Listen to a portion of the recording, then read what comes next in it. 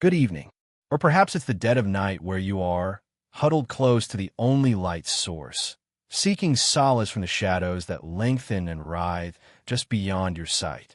Welcome back to the hearth, where the fire crackles low and the stories whispered are not meant for comfort, but for the delicious chill that crawls up your spine and tightens its grip around your heart. I am Eli Nightfall, your guide through landscapes painted in shades of fear and woven with threads of the uncanny. For over a decade, I've charted these territories, penned over 1,000 dispatches from the borders of sanity and the supernatural, charting the geography of dread for those like you, fellow connoisseurs of the dark, seekers of the thrill that only true horror can provide. Tonight, I have a rather special property I wish to show you. A place of grandeur and shadow, of dreams and decay. A place called Blackwood Manor. Pull your chair closer. Let the familiar world recede. We're about to step inside the house that never sleeps. Every house holds memories, doesn't it? Echoes of laughter, whispers of arguments, the phantom scent of dinners long past. Most are benign, faded photographs in the album of a building's life. But some houses are different. They don't just hold memories, they hoard them. They collect moments of intense emotion, pain, terror, despair, like a morbid collector pinning butterflies to a board. These emotions saturate the very wood, the plaster, the stone. They fester. They wait. Blackwood Manor is such a place. Standing sentinel atop a windswept bluff overlooking the perpetually gray coastline of isolated northern Maine, it's a relic of a bygone era, a 3-story Victorian monolith of dark wood. Imposing gables and windows like vacant eyes staring out at the turbulent Atlantic. It's the kind of house that inspires novels, the kind children dare each other to approach on Halloween, the kind sensible folk drive past a little faster than necessary, feeling an instinctive prickle of unease. Yet, for Mark Holloway, it represented salvation. Mark, a man whose ambition had recently collided spectacularly with corporate downsizing, saw Blackwood Manor not as a looming Gothic specter, but as a ridiculously undervalued asset, a chance to escape the crushing pressures of Boston, the sympathetic yet pitying glances of former colleagues. He saw space, grandeur, a project to pour his frustrated energy into. He envisioned roaring fires, family dinners in the cavernous dining room, a life remade, grander, quieter. He sold the idea to his wife, Chloe, with the fervor of a desperate man. Chloe, an artist whose vibrant canvases had grown increasingly muted under the strain of Mark's unemployment and their dwindling savings, clung to the image Mark painted. She dreamt of a sun-drenched studio overlooking the sea, of peace, of rediscovering the passion the city had slowly choked. She saw a sanctuary, a place where their fractured family could perhaps begin to heal. Their children, however, saw something else entirely. Maya, 16 and surgically attached to her phone, saw only exile. Rural Maine was social Siberia, a death sentence for a teenager thriving on urban energy and peer validation. The house to her was just creepy, old, dark, and smelling faintly of dust and something else she couldn't quite name. Something like old regrets. Leo, 8 years old and possessing the wide-eyed sensitivity often found in youngest children, felt it more acutely. He didn't have the words for it, but the house felt wrong. Like the feeling you get when you know someone is watching you, even when a room is empty. He didn't like the way the shadows seemed too deep in the corners, the way the wind whistling through the eaves sometimes sounded unnervingly like whispers. The price should have been the first red flag. A property like Blackwood Manor, even in its state of elegant decay, should have commanded a small fortune. Instead, it was listed for a sum that seemed almost criminally low. The realtor, a nervous man named Henderson with eyes that darted constantly towards the nearest exit, mumbled something about the previous owners leaving rather abruptly. Estate sale, he clarified quickly, avoiding Mark's gaze. Difficult market up here. Remote location, you understand. He glossed over the details of the estate, the circumstances of the previous resident's departure. Mark, blinded by the perceived bargain, didn't press. Chloe, wanting desperately to believe in this second chance, chose not to look too closely at the cracks in the facade, both literal and figurative. They bought it, sight unseen, beyond the glossy. Strategically angled photos online, and Henderson's rushed, unenthusiastic video tour. The drive up was tense, punctuated by Maya's sullen silence and Leo's anxious questions about monsters under the bed. As their packed SUV finally turned onto the winding, overgrown lane leading to the manor, a heavy fog rolled in from the sea, thick and cloying, swallowing the familiar world behind them. And then it loomed out of the gray mist, Blackwood Manor. It was larger, darker, and infinitely more imposing than the pictures had suggested. Gargoyles, chipped and stained by decades of harsh weather, leered down from the roofline. The dark wood of the exterior seemed to soak up the already fading light. Even the air around it felt heavier, colder. Wow, Mark breathed, a note of unmixing with a dawning flicker of unease. It's something, isn't it? Chloe forced a smile. It has character, she offered, though the word felt inadequate, somehow dishonest. Maya just snorted, headphones firmly clamped over her ears.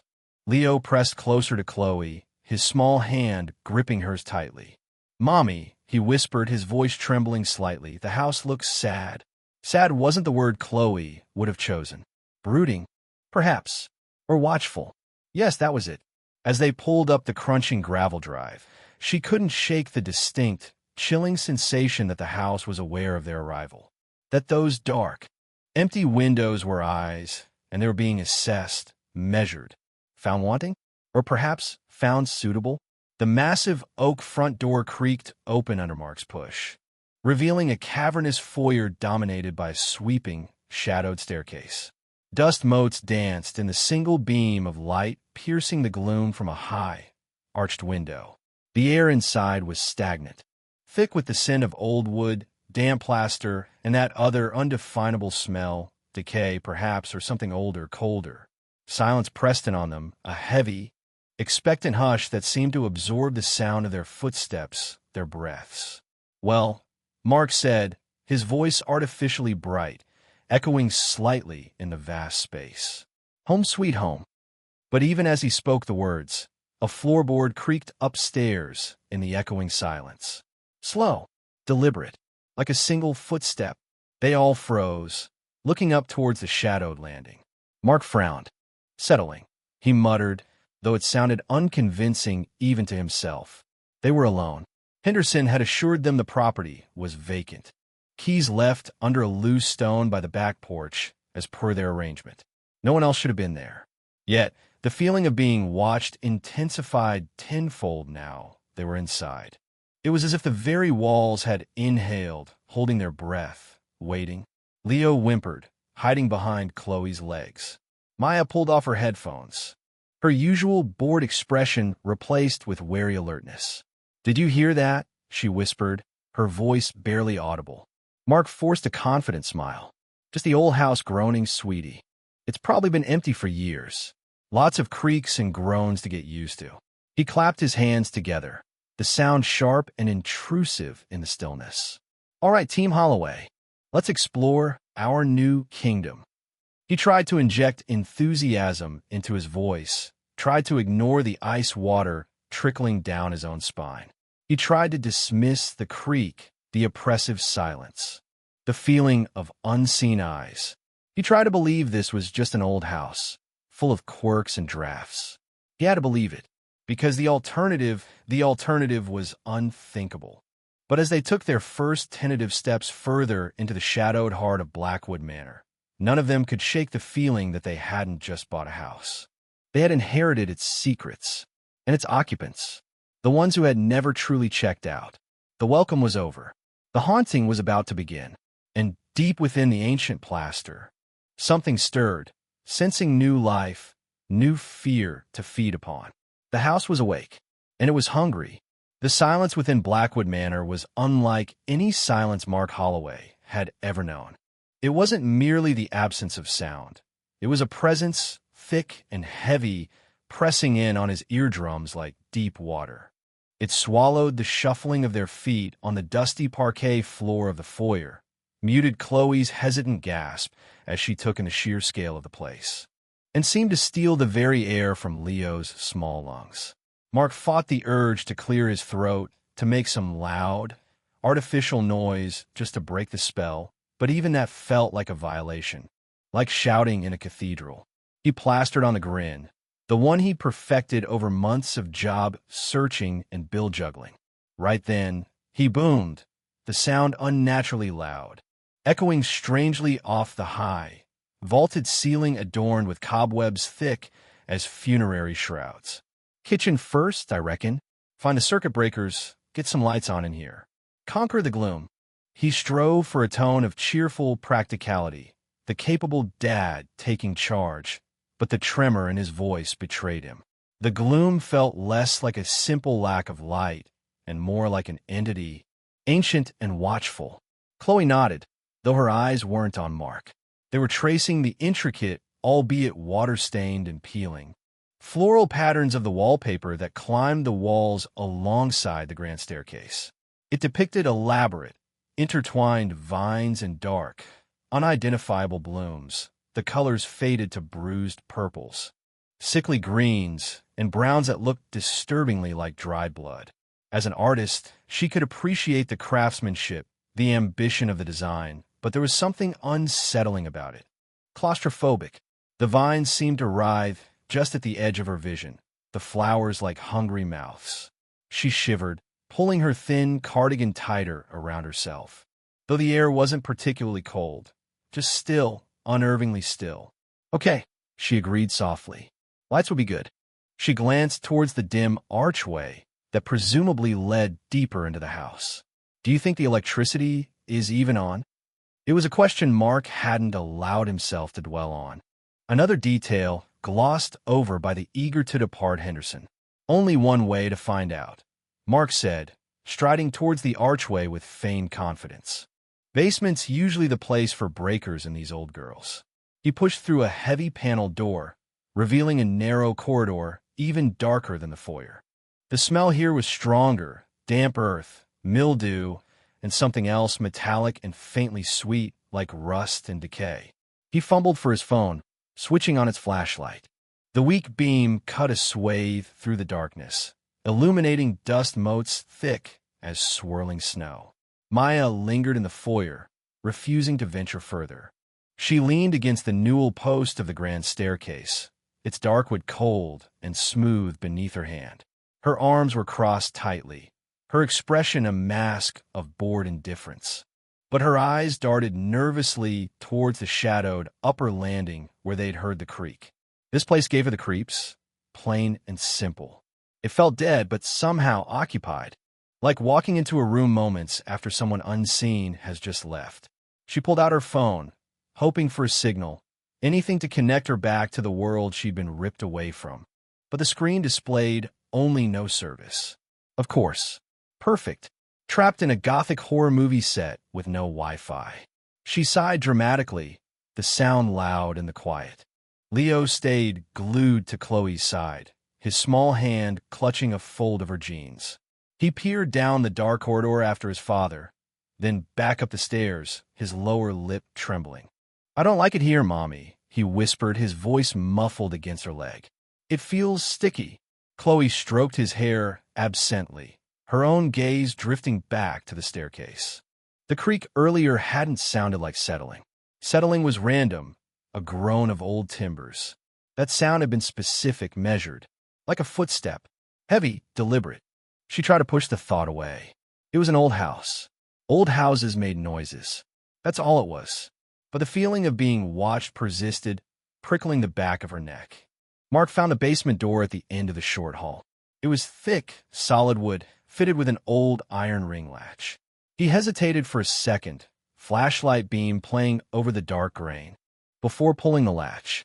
It gave with a rusty screech that echoed back down the corridor, making Maya jump and Leo whimper. The door swung inward, releasing a blast of cold, damp air that smelled strongly of earth and something else, something vaguely unpleasant like spoiled meat left too long in the sun. The flashlight beam revealed a set of steep, rickety-looking wooden stairs descending into absolute blackness. "Okay," Mark called back, his voice tight. "Found the basement stairs. Chloe, maybe you and the kids check out the ground floor? Living room, dining room? See what state they're in. Let's pop down and find those breakers." He didn't wait for an answer, taking a deep breath and starting down the steps. His flashlight beam bobbing nervously ahead, swallowed almost immediately by the profound darkness below. The door swung slowly shut behind him, plunging the corridor back into near total darkness, leaving Chloe, Maya, and Leo alone in the oppressive silence of the main house. Chloe took a shaky breath. "All right, kids," she said, trying to sound more confident than she felt. Let's see the living room." She nudged Leo gently forward, keeping a firm hand on his shoulder. Maya sighed again, but reluctantly pushed herself off the newel post, trailing behind them as Chloe pushed open another imposing door off the main foyer. This one led into what was clearly the main drawing room. It was vast, dominated by a huge stone fireplace black with soot, large enough for a person to stand inside. Tall, arched windows, draped in heavy, moth-eaten velvet curtains the color of dried blood, lined one wall, though the thick grime on the glass and the overgrown shrubbery outside allowed only a meager, gray light to filter through. Furniture lay draped in dusty white sheets, creating ghostly, amorphous shapes in the gloom. A thick layer of dust coated every surface, disturbed only by their entry. The air was thick with the scent of disuse, but beneath it lingered that same faint, unsettling undertone Chloe had noticed on the wallpaper, something cloying and vaguely organic. "Wow," Chloe murmured, more intimidated than impressed. "This is quite the space."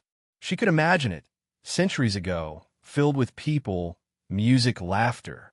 Now it felt like a tomb. She moved towards one of the shrouded shapes, reaching out a hesitant hand. "Don't touch anything, Mom," Maya warned, her voice sharp. "Probably full of spiders. Or worse." She shuddered, pulling her jacket tighter around herself. Staying near the doorway, Chloe pulled her hand back, instead running her fingers over the cold marble of the fireplace mantelpiece. It was intricately carved with faces, cherubs perhaps, but their expressions seemed less beatific and more like pained grimaces in the dim light.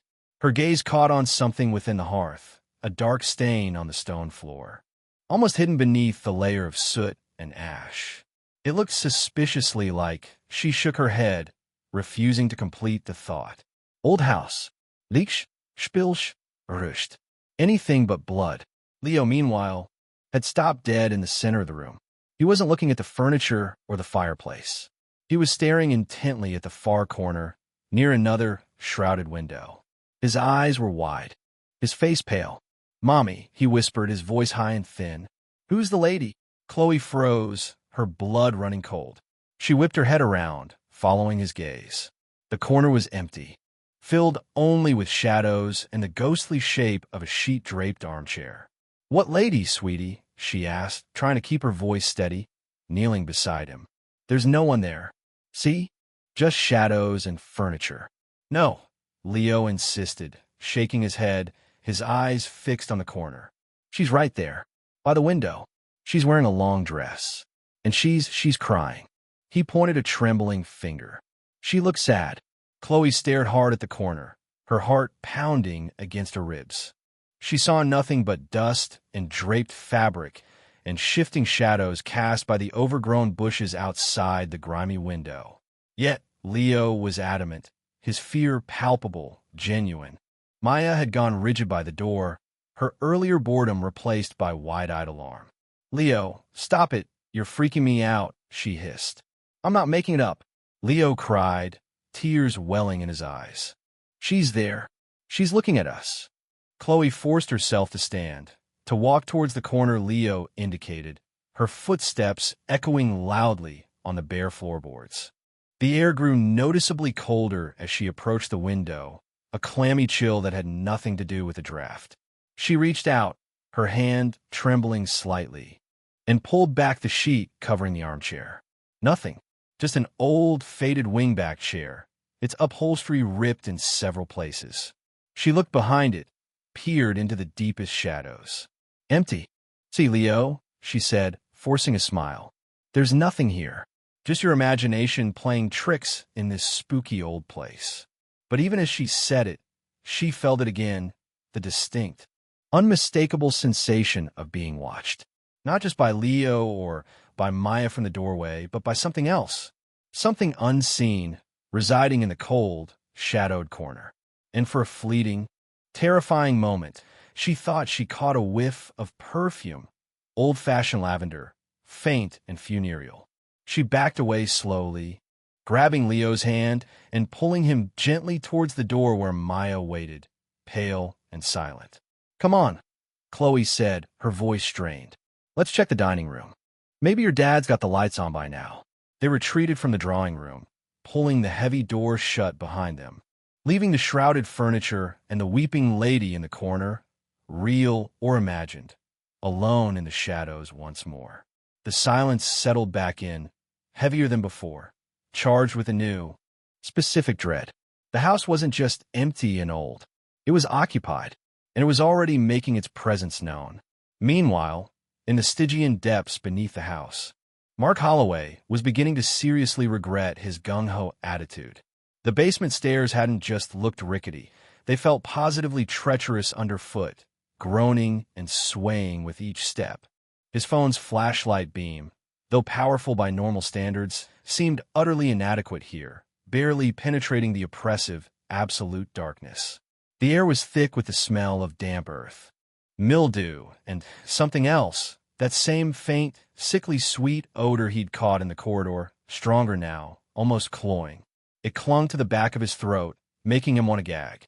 The basement wasn't a single open space, but a confusing warren of low-ceilinged rooms and corridors, carved haphazardly out of the earth and stone foundations.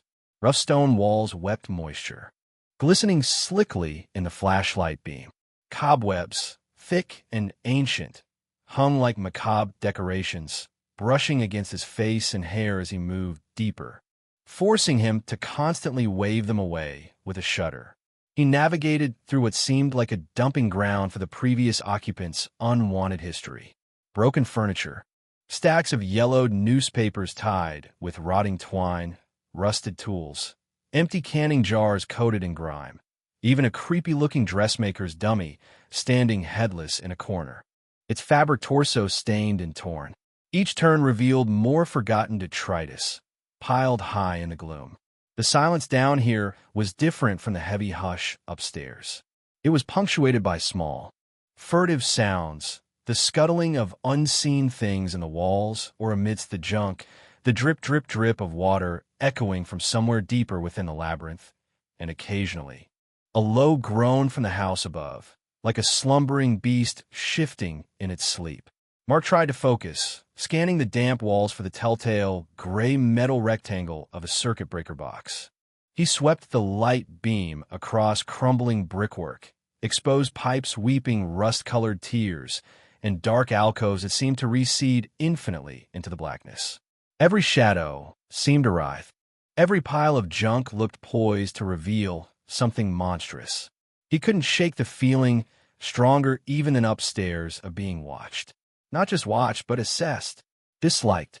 He found himself holding his breath, listening intently between the drips and scuttles. Was that breathing? A faint, raspy inhale and exhale, seeming to come from just beyond the circle of his light? He swung the beam wildly, heart hammering against his ribs. Nothing. Just more junk, more shadows. "Get a grip, Holloway," he muttered under his breath, the sound startlingly loud. "It's just an old basement." But his hand was slick with sweat as he gripped the phone, and he kept glancing over his shoulder, convinced something was creeping up behind him in the dark. He moved faster, desperation setting in. He needed to find a box, get the lights on, get the hell out of this subterranean nightmare. Finally, in a small, alcove-like space almost hidden behind a leaning stack of warped wooden crates, he saw it. A large, archaic-looking metal fuse box bolted to the stone wall. Relief washed over him.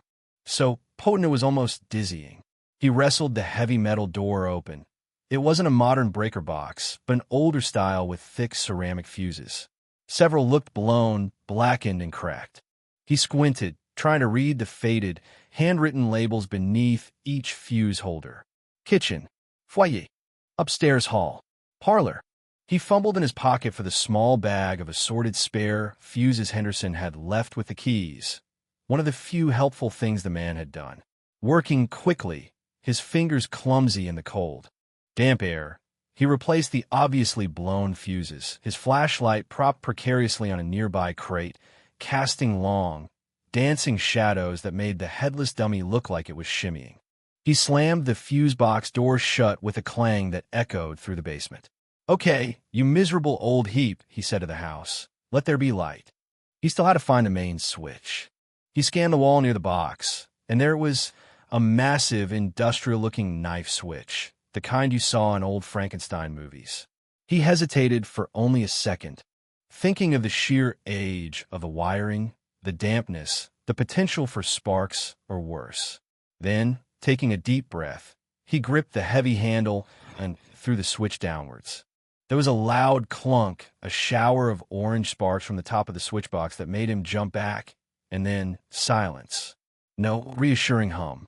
No flicker of light from the single bare bulb hanging overhead on a frayed wire. Nothing. Damn it, he breathed. Had he missed a fuse? Was the whole system shot? Just as disappointment began to curdle into real fear, a low, reluctant hum started up somewhere deep within the walls, and the bare bulb overhead flickered once, twice, then glowed to life with a weak, sickly yellow light. It wasn't much, barely illuminating the small alcove, but it was light. He heard a similar hum starting upstairs. Success. He let out a shaky breath, relief making his knees weak. He turned, eager to escape the oppressive atmosphere of the basement. But as his flashlight beam swept across the floor near the crates he'd disturbed, it glinted off something small and pale nestled in the dirt and debris. Curious, he crouched down. It wasn't a stone. He picked it up, rubbing the grime away with his thumb.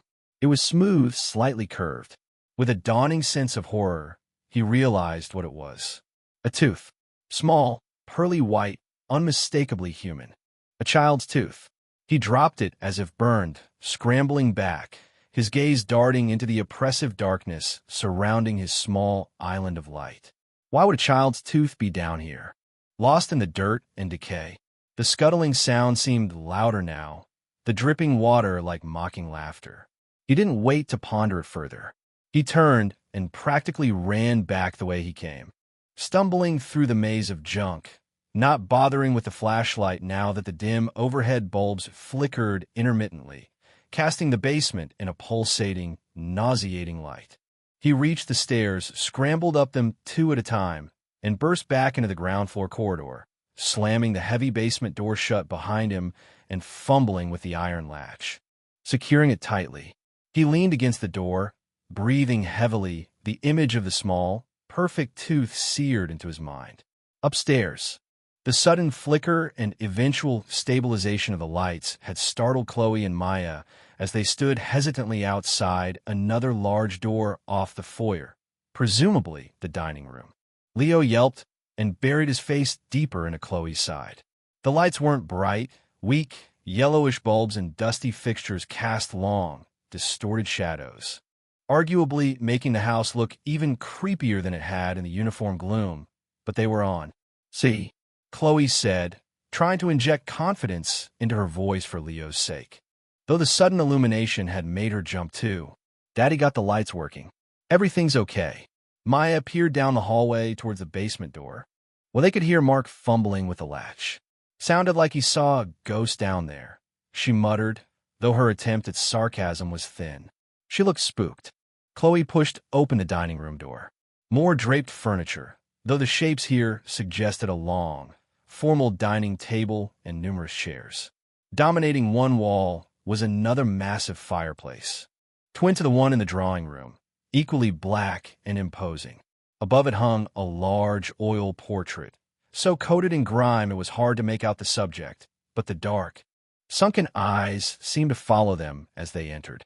The air here felt different again, colder, almost stagnant, with a faint, lingering scent that reminded Chloe unpleasantly of lilies. The funereal kind.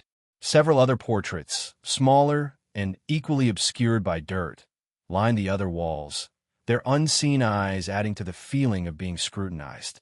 A floor-to-ceiling china cabinet stood against one wall, its glass doors cracked, revealing only empty, dusty shelves. "Well, this is formal," Chloe said weakly, stepping further into the room. The weak overhead light glinted off something on the massive, sheet-draped table. She moved closer, lifting a corner of the sheet. Beneath lay a dark, heavy mahogany table, its surface scarred and stained, and set upon it, spaced evenly along its length, were several place settings. Old, tarnished silverware, cracked porcelain plates, and dusty, web-filled goblets, all arranged as if awaiting diners who had vanished mid-meal decades ago. An involuntary shudder ran down Chloe's spine. It was just so deliberate, so unsettlingly preserved. "Okay, this is officially the creepiest house ever," Maya declared from the doorway, refusing to come further in. "Can we just go? Find a motel? Pretend this never happened?" Before Chloe could answer, Mark appeared at the end of the hall, looking pale and slightly disheveled, but trying to project calm. "Lights are on," he announced, forcing a smile that didn't reach his eyes. "Bit temperamental. Old wiring, but functional. Basements, well, it's a basement. Needs a good clear-out." He deliberately avoided mentioning the tooth. No need to frighten them more than they already were. He looked past them into the dining room, saw the table settings. His forced smile faltered. "Huh, guess the previous owners left in a hurry. Or they never left at all." Maya muttered under her breath. "Don't say that," Leo whimpered, tugging at Chloe's hand. "The crying lady is sad. Maybe she wants dinner." Mark frowned. "Crying lady? What crying lady?" Chloe quickly shook her head. "Leo's just got an active imagination, Mark. Big, spooky house, you know." She couldn't bring herself to tell him about Leo's vision, or the cold spot, or the scent of lavender, not right now. Just as Mark couldn't bring himself to mention the tooth. They were already keeping secrets, erecting walls between themselves and the house's strangeness. Try to normalize the terrifying. "Right," Mark said, though he looked unconvinced. He clapped his hands together again, the sound flat in the heavy air. "Okay, so the place needs work. A lot of work, but the bones are good. Solid foundation." He ignored the memory of the weeping walls in the basement. Plenty of space. "It just needs us. Some life breathed back into it." Even as he spoke, a cold draft, seeming to originate from nowhere, snaked through the foyer and into the dining room, rustling the dusty sheets on the furniture and carrying with it that faint, funereal scent of lilies Chloe had noticed earlier. The weak lights flickered violently for a moment, casting their faces in strobing, grotesque relief before steadying again. High above them, on the second-floor landing, hidden in the shadows the weak bulbs couldn't quite reach, another floorboard creaked. Long, slow, deliberate. They all heard it this time, for pairs of eyes shot upwards towards the shadowed landing. Silence descended again, thick, expectant, heavy with the weight of unseen things. The welcome, such as it was felt over. Blackwood Manor had acknowledged their presence. It didn't seem pleased. The dream house was already showing its teeth, and the unsettling feeling settled deep in Mark and Chloe's stomachs. They hadn't just bought a house. They'd walked into a trap. Check-in was complete. Checking out, however, felt suddenly, terrifyingly uncertain. The creak from the shadowed second-floor landing hung in the air, heavy and deliberate, extinguishing Mark's forced cheerfulness like a snuff candle. For pairs of eyes remained fixed on the darkness above, straining to see, to understand. The silence that followed wasn't empty. It pulsed with a waiting tension. Leo whimpered again, burying his face entirely in Chloe's coat, his small body trembling. Maya, usually so quick with a sarcastic retort, was utterly still, her face pale, her eyes wide with genuine fear. Even Mark, the eternal optimist, the fixer, seemed momentarily lost, his gaze locked on the top of the stairs, his jaw tight.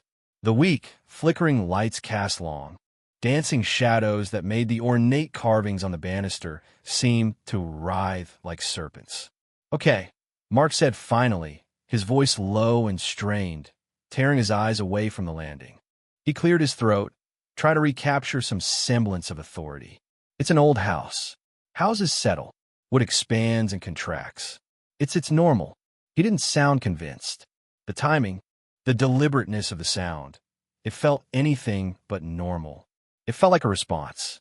A warning.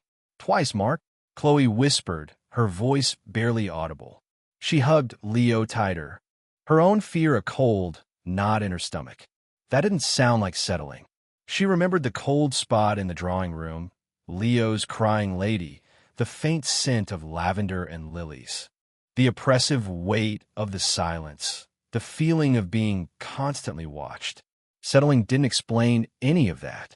"Maybe it's rats," Maya offered, though the suggestion lacked conviction. "Big ones, living in the walls." It was a more palatable explanation than ghosts, but the thought of giant rats wasn't exactly comforting either. "We'll check it out," Mark said quickly, seizing on the practical. "Tomorrow. Full inspection, top to bottom. Attic, crawl spaces, the works. Probably just needs some structural TLC." He avoided looking back up the stairs. "Right now, we need to get some essentials unpacked. It's getting dark outside, and frankly, I don't fancy driving these back roads looking for a motel tonight. We bought the place. We're staying."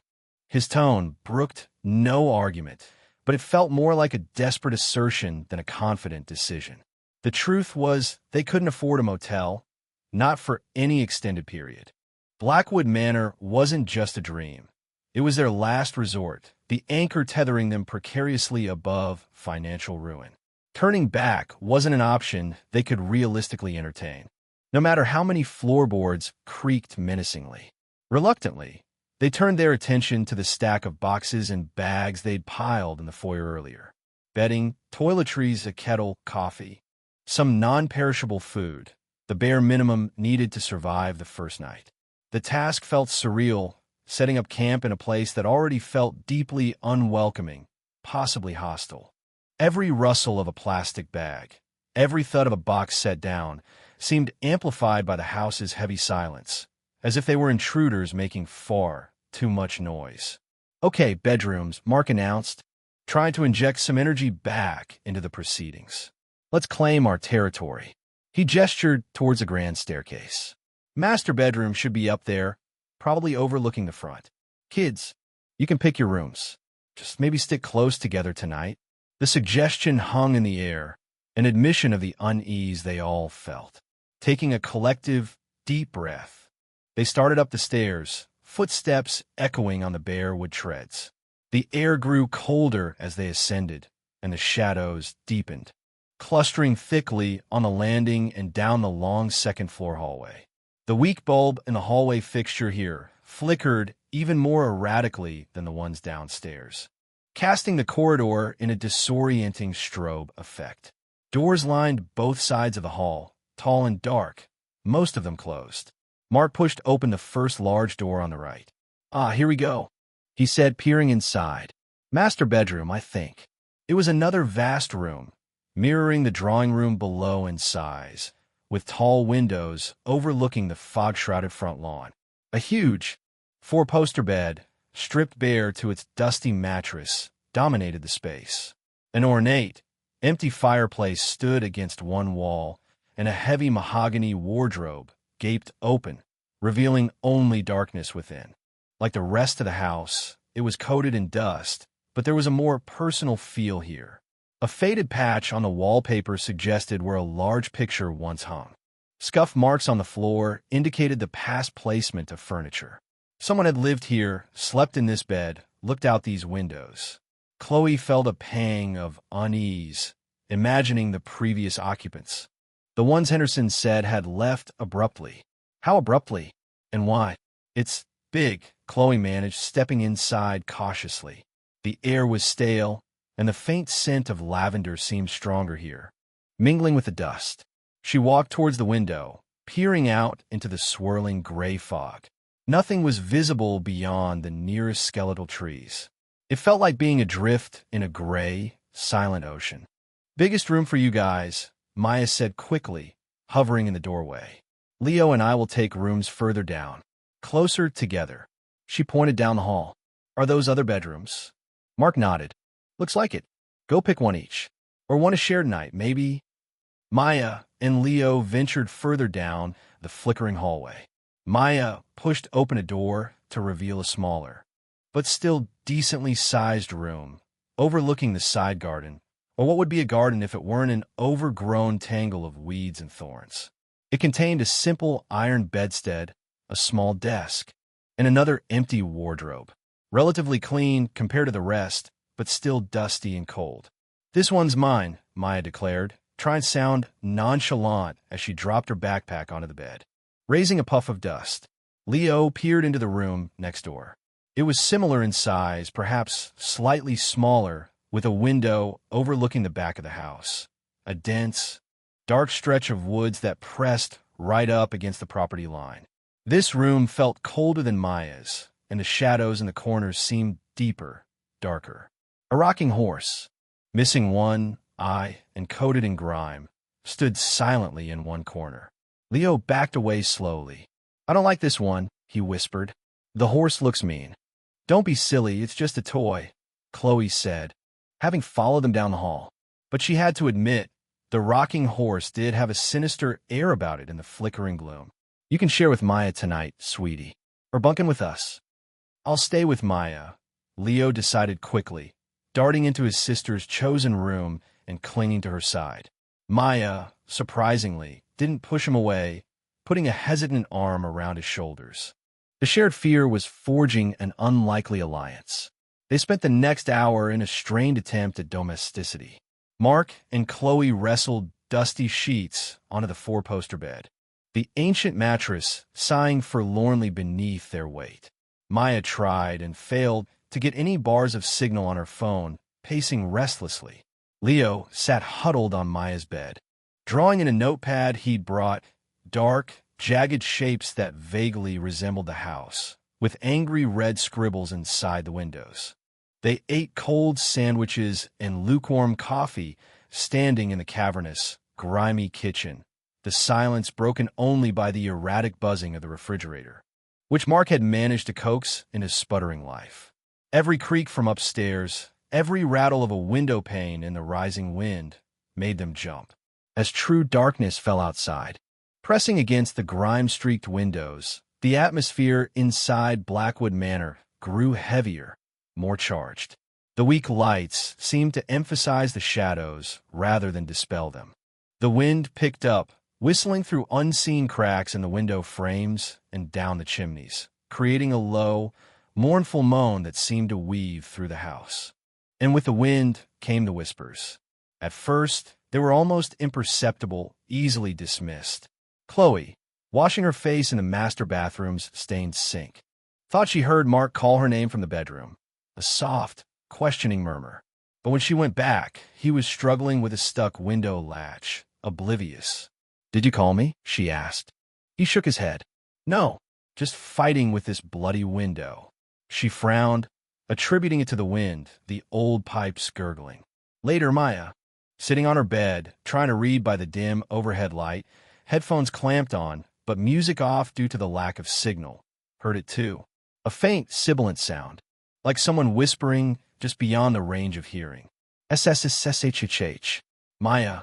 She ripped her headphones off, her heart pounding. "Lau, did you say something?" Leo, curled up at the foot of the bed, was fast asleep, his breathing soft and even. The hallway outside was silent, save for the mournful wind. She scanned the room, the shadows in the corners, the closed wardrobe door. Nothing. Just the wind, she told herself firmly. Just a creepy old house and the wind. But she couldn't shake the feeling that the whisper had come from inside the room. Mark heard it while trying to secure the rattling window in their bedroom. A low murmur, seemingly coming from the wall itself, intertwining with the moan of the wind. It sounded like multiple voices, overlapping, indistinct, but conveying a sense of deep sorrow or perhaps malice. He froze, straining to listen. Let us in so cold. Was he imagining it? Sleep deprivation? Stress? He slammed the window shut harder than necessary, jamming the warped frame into place. Damn drafts, he muttered, turning away from the wall, refusing to acknowledge the chill that had nothing to do with the outside air. But it was Leo, asleep on Maya's bed, who seemed most attuned. He stirred, whimpering softly, his brow furrowed. He mumbled in his sleep, fragments of sentences lost in the stillness. No, go away, the wall, it's talking. Maya watched him, her own fear intensifying. She nudged him gently. Leo, wake up, you're having a nightmare. He mumbled again, then settled, but his small face remained tense, troubled. As the night deepened towards midnight, the house seemed to settle into a new rhythm. The overt creaks lessened, replaced by a more insidious soundtrack, the constant sighing of the wind, the drip-drip from some unknown leak, and the almost subliminal whispers that seemed to emanate from the very fabric of the building. Mark and Chloe lay stiffly in the massive four-poster bed, sleep elusive. The silence between them was heavy with unspoken fears. Every creak of the bed springs, every gust of wind, sounded like an intrusion. Suddenly, a loud bang echoed from downstairs, sharp and violent, shattering the relative quiet. It sounded like a heavy door slamming shut with immense force. Mark sat bolt upright, heart racing. What the hell was that? Chloe grabbed his arm, her eyes wide in the darkness, filtering through the grimy windows. Another bang, closer this time, seemingly from the hallway just outside their bedroom door. It was followed by a frantic rattling, as if someone or something was furiously trying to open their door. The knob twisted violently back and forth. Mark scrambled out of bed, adrenaline surging. Stay here, he hissed at Chloe, grabbing the heavy iron fireplace poker he'd propped near the bed earlier, just in case. He crept towards the door, the rattling stopping as abruptly as it had begun. Silence descended again, thick and menacing. He listened intently, poker held ready. Nothing, just the wind, now sounding like mocking laughter. He reached for the doorknob, his hand trembling slightly. Taking a deep breath, he flung the door open, poker raised, ready to confront whatever was lurking in the hall. The hallway was empty. The weak, flickering light illuminated only the peeling wallpaper, the row of closed doors, and the deep shadows of the far end. Nothing moved, no sign of what had caused the slamming or tried the doorknob. But the air felt charged, vibrating with a residual energy, cold and malevolent. And then Mark heard it clearly. Not the wind, not the house settling. A distinct whisper, cold and clear, seeming to emanate from the very air around him, brushing against his ear like an icy breath. The two words, "Get out," hung in the frigid air of the hallway, as tangible and chilling as the icy breath that had carried them. Mark froze. Poker still held high, every muscle tensed. The voice hadn't been loud, but it had possessed a chilling clarity, a sibilant rasp filled with ancient malice. It wasn't the wind. It wasn't his imagination. It was real. He scanned the hallway again, peering into the deep shadows pooling at the far and near the top of the stairs, his heart hammering a frantic rhythm against his ribs. Nothing. The flickering bulb cast dancing shadows, playing tricks on his eyes, but the corridor remained undeniably empty. He slowly lowered the poker, though his grip remained white-knuckled. "Mark? What is it? What did you see?" Chloe's terrified whisper came from the doorway behind him. She clutched the neck of her robe, her face pale in the dim light spilling from the bedroom. Mark turned slowly, forcing himself to move, to break the spell of fear that held him rooted to the spot. He didn't want to frighten her further, but the lie died on his lips. He couldn't dismiss this. I heard something," he admitted, his voice hoarse. A whisper, clear as day. Chloe's eyes widened. "What did it say?" He hesitated, then shook his head, stepping back into the relative safety of the bedroom and pushing the door almost closed, leaving just a crack. "Nothing. Just indistinct." Must have been the wind, echoing strangely. The lie felt flimsy, pathetic even to himself. He avoided her gaze, moving towards the window, pretending to check the latch again. Chloe wasn't fooled. She could see the fear etched on his face, the tremor in his hands as he fiddled unnecessarily with the window. "Mark," she pressed, her voice low but firm. "Tell me." He finally met her eyes, the carefully constructed facade crumbling. It said, "Get out," he admitted quietly, the words feeling heavy and poisonous in the air. A visible shiver ran through Chloe. She wrapped her arms around herself, rubbing her arms as if trying to ward off a physical chill. The banging, the rattling, now this. Her voice trembled. "This isn't just an old house making noises, Mark. There's something here." "I know," he said grimly, abandoning the pretense. "I know." He ran a hand through his hair, his mind racing. What were they dealing with? Pranksters? Vandals who knew the house was newly occupied? It seemed unlikely, given their remote location and the sheer impossibility of someone getting into the hallway, rattling the door, whispering in his ear, and vanishing without a trace. No, the explanation felt far more unsettling. Maybe Henderson wasn't entirely straight with us about the previous owners leaving abruptly. "You think someone died here?" Chloe whispered, horror dawning in her eyes. "Violently? I don't know," Mark admitted. "But people don't just vanish. And houses like this, they hold on to things." He thought of the tooth he'd found in the basement. The palpable sense of sorrow clinging to the drawing room. Leo's insistence on seeing a crying lady. It was all starting to coalesce into a deeply disturbing picture. "We need to find out the history of this place. First thing tomorrow." Sleep was now an impossibility. They sat on the edge of the massive bed, the fireplace poker lying between them like a grim talisman, listening. The wind continued its mournful symphony outside, punctuated by the occasional rattle of a loose shutter or the groan of ancient timbers. But now, every sound seemed freighted with menace. They strained their ears, waiting for the whispers to return, for the banging to start again. The silence stretched, taut and expectant. Down the hall, in Maya's room, the earlier disturbances had woken both children. Maya sat bolt upright, listening intently, while Leo huddled beside her, wide-eyed and terrified. They had both heard the slamming doors, the frantic rattling.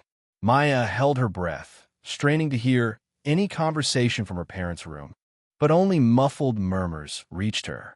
Then she heard it again, fainter this time, closer, a soft, insidious whisper, seeming to slither from the vicinity of the wardrobe in the corner of her room.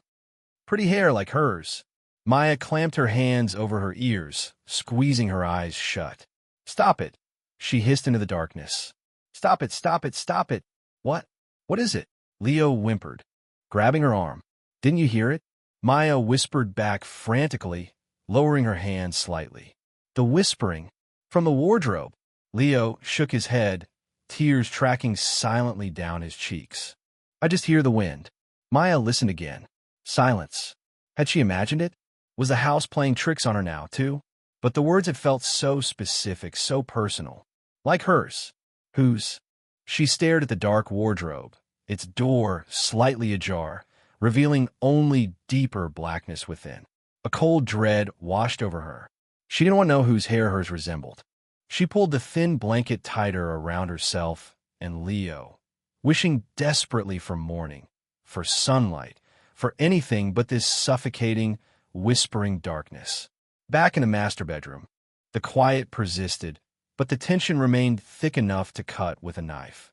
Chloe found herself staring at the wallpaper near the bed, the same intricate pattern of writhing vines and dark blooms as downstairs. In the flickering, uncertain light, the pattern seemed to shift, to pulse subtly, as if breathing. She blinked, rubbing her eyes. Fatigue, she told herself. Stress. But the illusion persisted, and beneath the visual trickery, she thought she heard it, faint, almost subliminal, a dry, rustling sound like dead leaves skittering across pavement, or perhaps like whispers trapped behind paper-thin plaster. Always watching, sees everything, knows. She flinched, turning quickly to Mark. "Did you hear that?" Mark, who had been staring blankly at the floor, looked up. "Hear what?" "I didn't hear anything." "Like rustling? Whispering? Coming from the wall?" He listened intently for a moment, then shook his head slowly. "No, just the wind, Chloe. You're letting this place get to you." But his voice lacked conviction, and he didn't quite meet her eyes. Was he genuinely not hearing it, or was he trying to deny it, for both their sakes? The thought that the house might be targeting them individually, whispering different things, isolating them in their fear, was somehow even more terrifying. The hours crawled by with agonizing slowness, each tick of the cheap travel clock they'd placed on the dusty nightstand sounding unnaturally loud in the charged silence. Neither Mark nor Chloe slept. They remained on high alert, jumping at every creak, every gust of wind. Occasionally, one of them would drift into a state of near sleep, only to be jolted awake by a phantom sound or the sheer, oppressive weight of the room's atmosphere. They didn't talk much, trapped in their own private anxieties, the shared fear paradoxically creating a distance between them. Mark worried about their safety, about the money they'd sunk into this place, about his failure to protect his family. Chloe worried about the children, about the history haunting these walls, about the fragile state of Mark's optimism and what would happen if it finally shattered. As the clock crept past 11:30 p.m., approaching the witching hour, a new sound began, subtle at first, then growing steadily louder. It wasn't the wind, nor the settling groans of the house. It was a low, rhythmic dripping sound. "Plink, plink, plink." "What's that?" Chloe whispered, sitting up straighter. Mark listened, frowning. "Sounds like water dripping. Maybe a leak in the roof. Or the bathroom pipes." The bathroom adjoined their bedroom. He got up cautiously, picking up the poker again before opening the interconnecting door. The weak light from the bedroom spilled into the bathroom. The stained sink and ancient tub were dry. He checked the ceiling. No obvious signs of water damage, though the plaster was cracked and discolored in places. Yet the dripping sound persisted, seemingly louder now, echoing slightly in the tiled space. Blink, blink, blink. It sounded like it was coming from inside the wall behind the sink. He leaned closer, pressing his ear against the cold, damp plaster. The sound was definitely originating from within the wall cavity. Plink, plink, plink. But it didn't sound quite like water. It was slightly thicker, more viscous somehow. And beneath the dripping, he could hear, or perhaps feel, a faint, low gurgling, like thick liquid moving sluggishly through ancient pipes. Or perhaps through something else entirely. Chloe had followed him to the doorway. "Find anything?" Mark pulled back from the wall, a disturbed expression on his face. "It's inside the wall," he said slowly. "Sounds like a leak, but it's strange." He looked at the wallpaper beside the bathroom doorframe, the pattern of dark vines and flowers seeming to almost glisten in the dim light. He reached out a hesitant finger, touching the surface. It felt slightly cool, almost clammy. Was it his imagination, or did the paper seem darker here, saturated, as if absorbing moisture from within? Plink, plink, plink. The sound continued its steady, relentless rhythm, a counterpoint to the mournful howl of the wind. It felt ominous, expectant. Mark looked at the clock on the nightstand. 11:58 p.m. The air in the room grew heavy, colder. The whispers seemed to coalesce, swirling just beyond comprehension, a chorus of indistinct grief and rage emanating from the very bones of the house. Something was about to happen. The house was holding its breath, waiting for the stroke of midnight. And Mark and Chloe could only wait with it, trapped in the suffocating darkness, listening to the rhythmic dripping from within the walls, a sound that promised not water, but something far more terrifying. The prelude to the midnight bleed had begun. The final seconds before midnight stretched into an eternity, each tick of the clock amplified in the suffocating stillness of the master bedroom.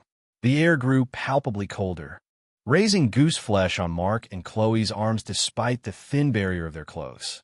The rhythmic plink, plink, plink from within the wall beside the bathroom door seemed to accelerate. the sound growing wetter, thicker. The faint, indistinct whispers Chloe had heard earlier intensified, swirling around them like phantom currents.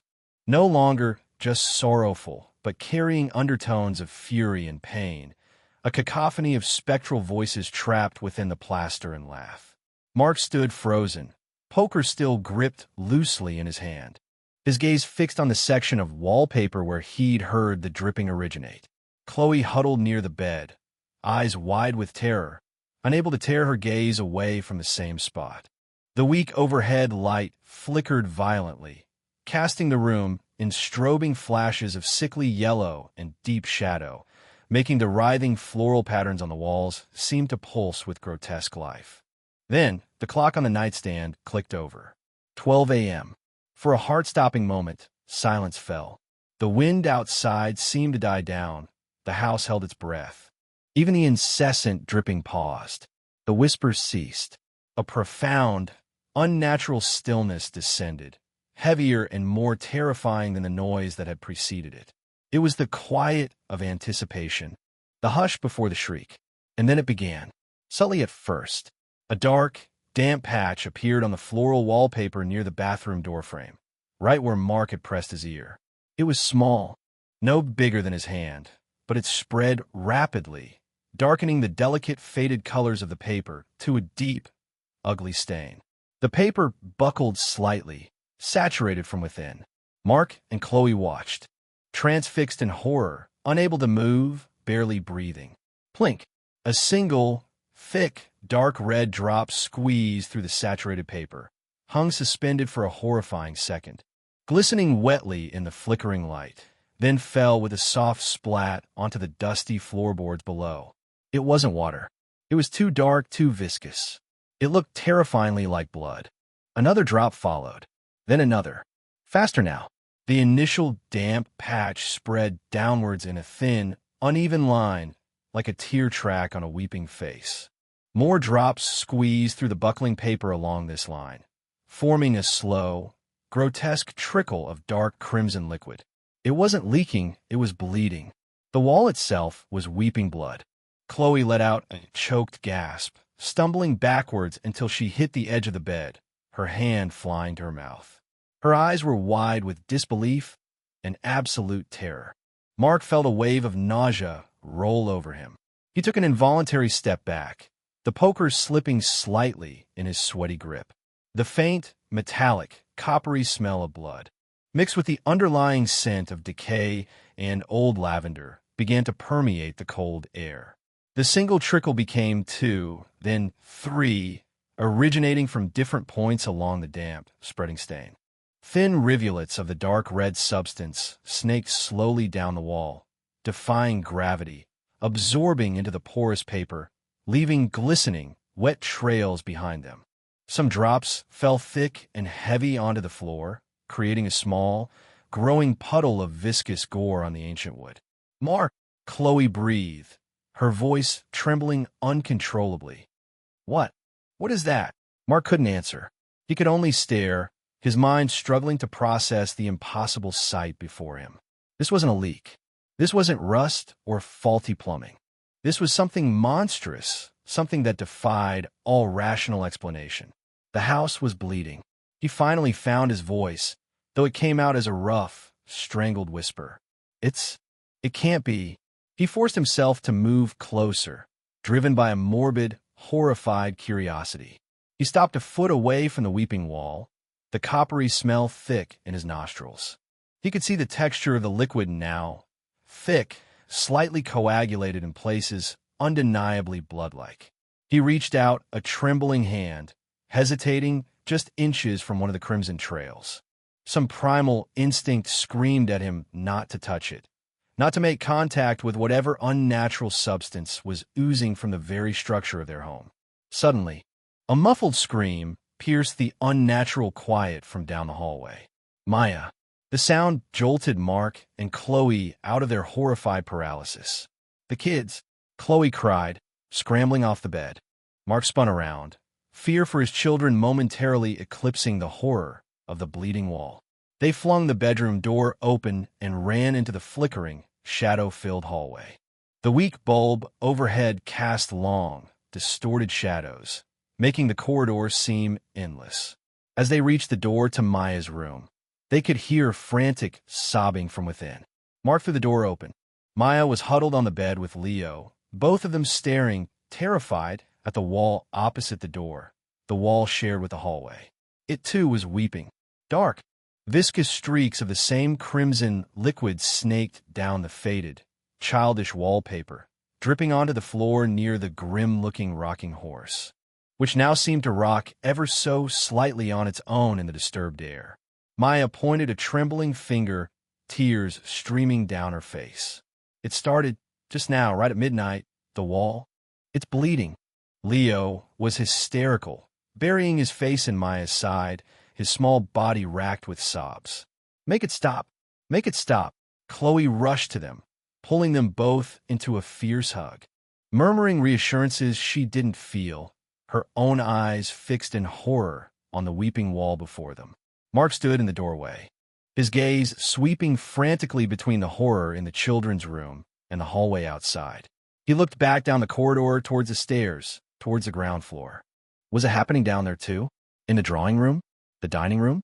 Was the entire house participating in this grotesque, synchronized hemorrhage?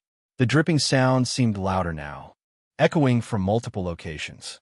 The whispers returned, no longer subtle, but a low, sibilant chorus weaving through the house, a sound of collective agony and rage unleashed.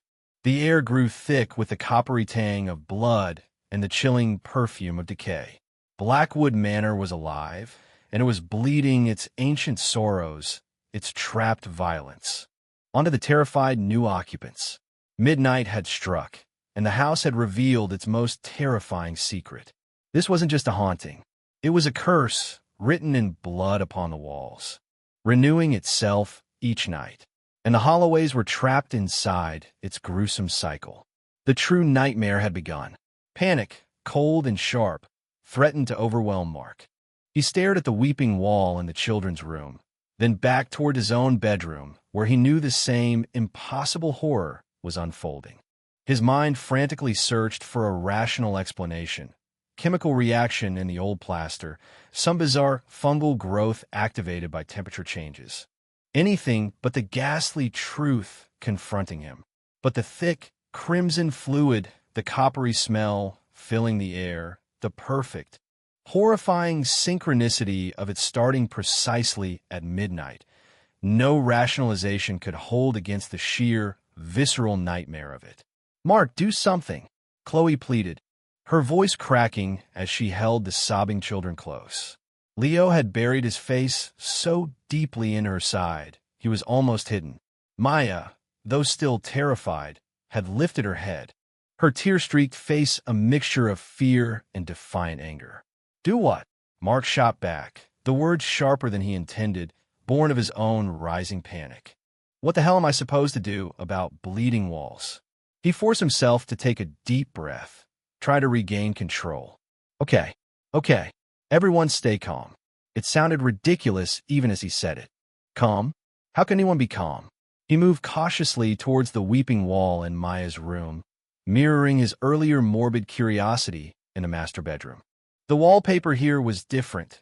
Faded pastel stripes, perhaps once cheerful, now stained and peeling. The blood oozed from behind it, pushing the paper outwards in sodden bulges before trickling down in thick, dark rivulets. It pooled on the floorboards near the rocking horse, which now sat unnervingly still, its one remaining glass eye seeming to glint with malevolent awareness in the flickering light. The smell was stronger here, cloying and rank. He resisted the urge to touch it, remembering the primal revulsion he'd felt before. Instead, he shone his phone's flashlight beam directly onto one of the weeping patches. The light revealed the texture, slightly sticky, already beginning to congeal in the cooler air, undeniably organic. It looked, smelled, and behaved exactly like blood. Whose blood? The question hung heavy and terrifying in the air. Is it everywhere? Maya asked, her voice trembling despite her earlier defiance. Downstairs, too. Mark hadn't considered that. The thought sent a fresh wave of dread through him. He backed out of the children's room. "Stay here," he ordered, his voice tight. "Lock the door behind me. Don't open it unless you hear my voice, understand?" He didn't want to leave them, but he had to know the extent of this horror. Were they trapped in a localized phenomenon, or was the entire house descending into this gory spectacle?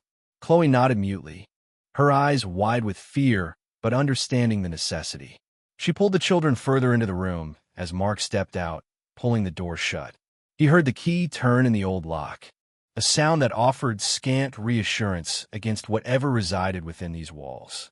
He stood alone in the flickering hallway, the dripping sounds echoing from his own bedroom behind him.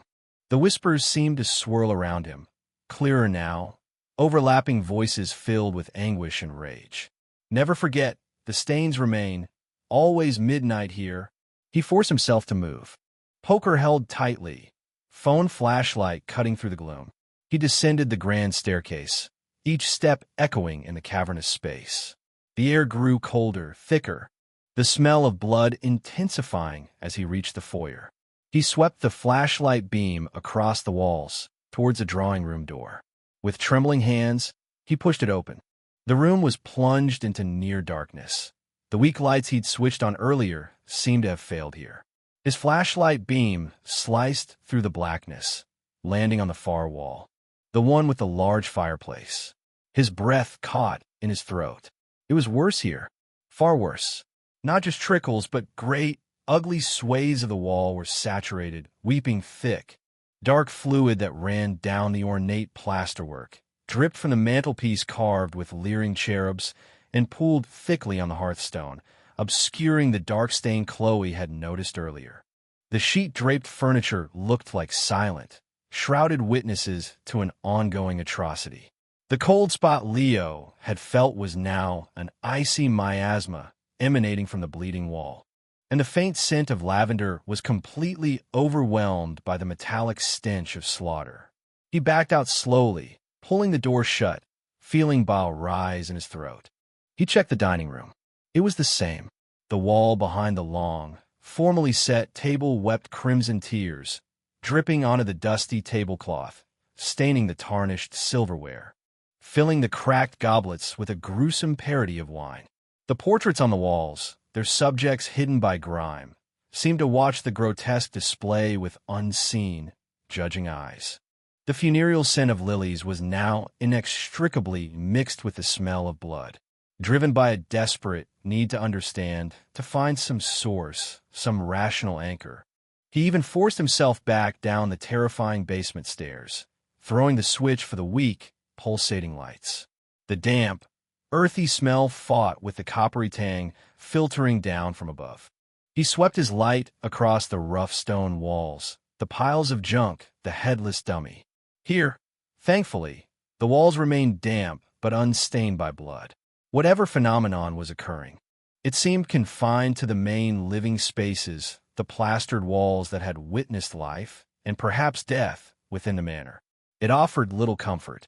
He retreated back upstairs, latching the basement door firmly behind him, feeling utterly defeated. There was no leak, no burst pipe carrying some bizarrely colored fluid. This was supernatural, malevolent, and aimed directly at them. He trudged back up the grand staircase, the house groaning around him, the whispers seeming to mock his futile investigation. Looking, always looking, finds nothing. He reached the second-floor landing, the flickering light making the shadows dance. He stopped, listening. The dripping sound from his bedroom and the children's room continued, a steady, macabre rhythm. He leaned his head against the cool wood of the banister, closing his eyes for a moment, overwhelmed by the horror, the helplessness. How could they fight this? How could they possibly live like this? The dream of a fresh start, of a peaceful life in an old house, had curdled into a waking nightmare from which there seemed no escape. He went back to Maya's room, calling out his name before Chloe unlocked the door. He stepped inside, the sight of the weeping wall no less horrifying than before.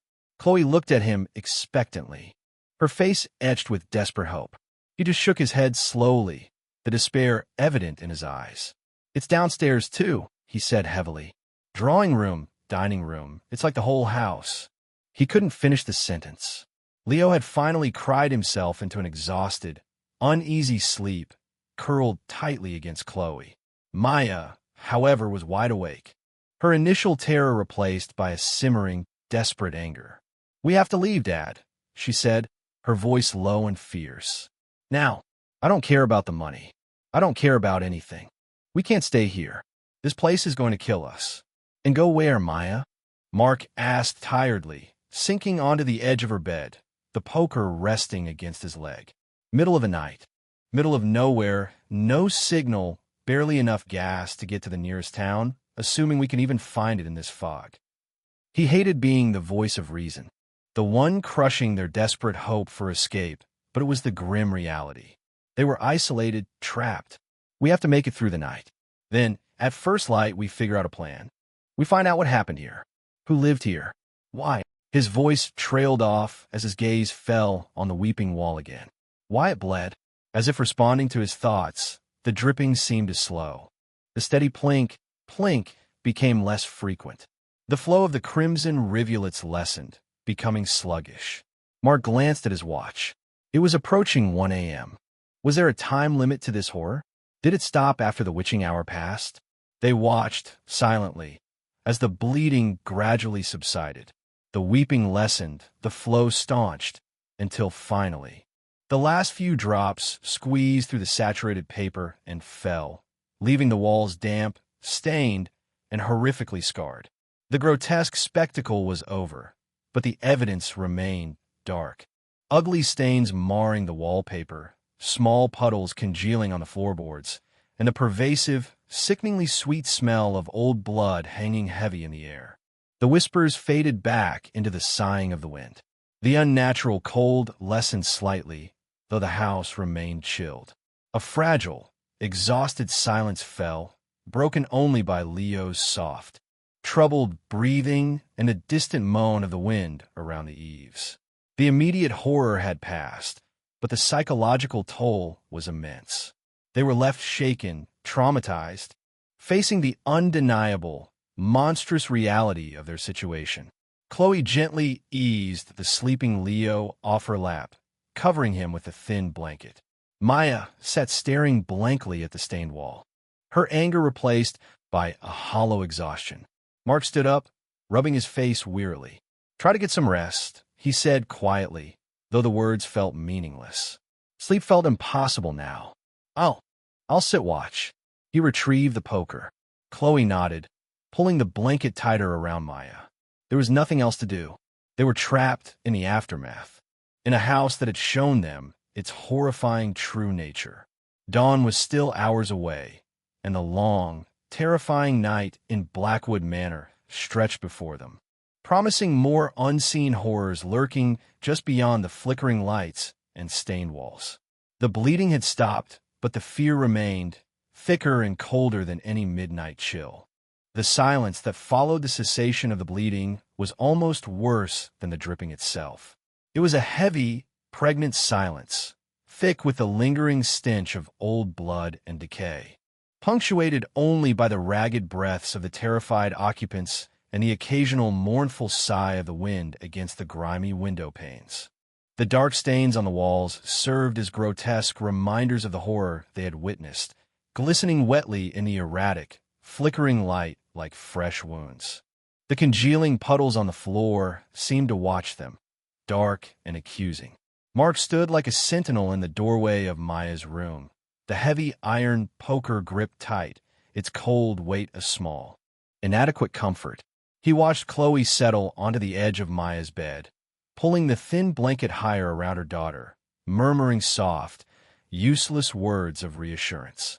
Maya lay stiffly, eyes wide open, staring blankly at the ceiling, her face a mask of pale exhaustion and simmering fear.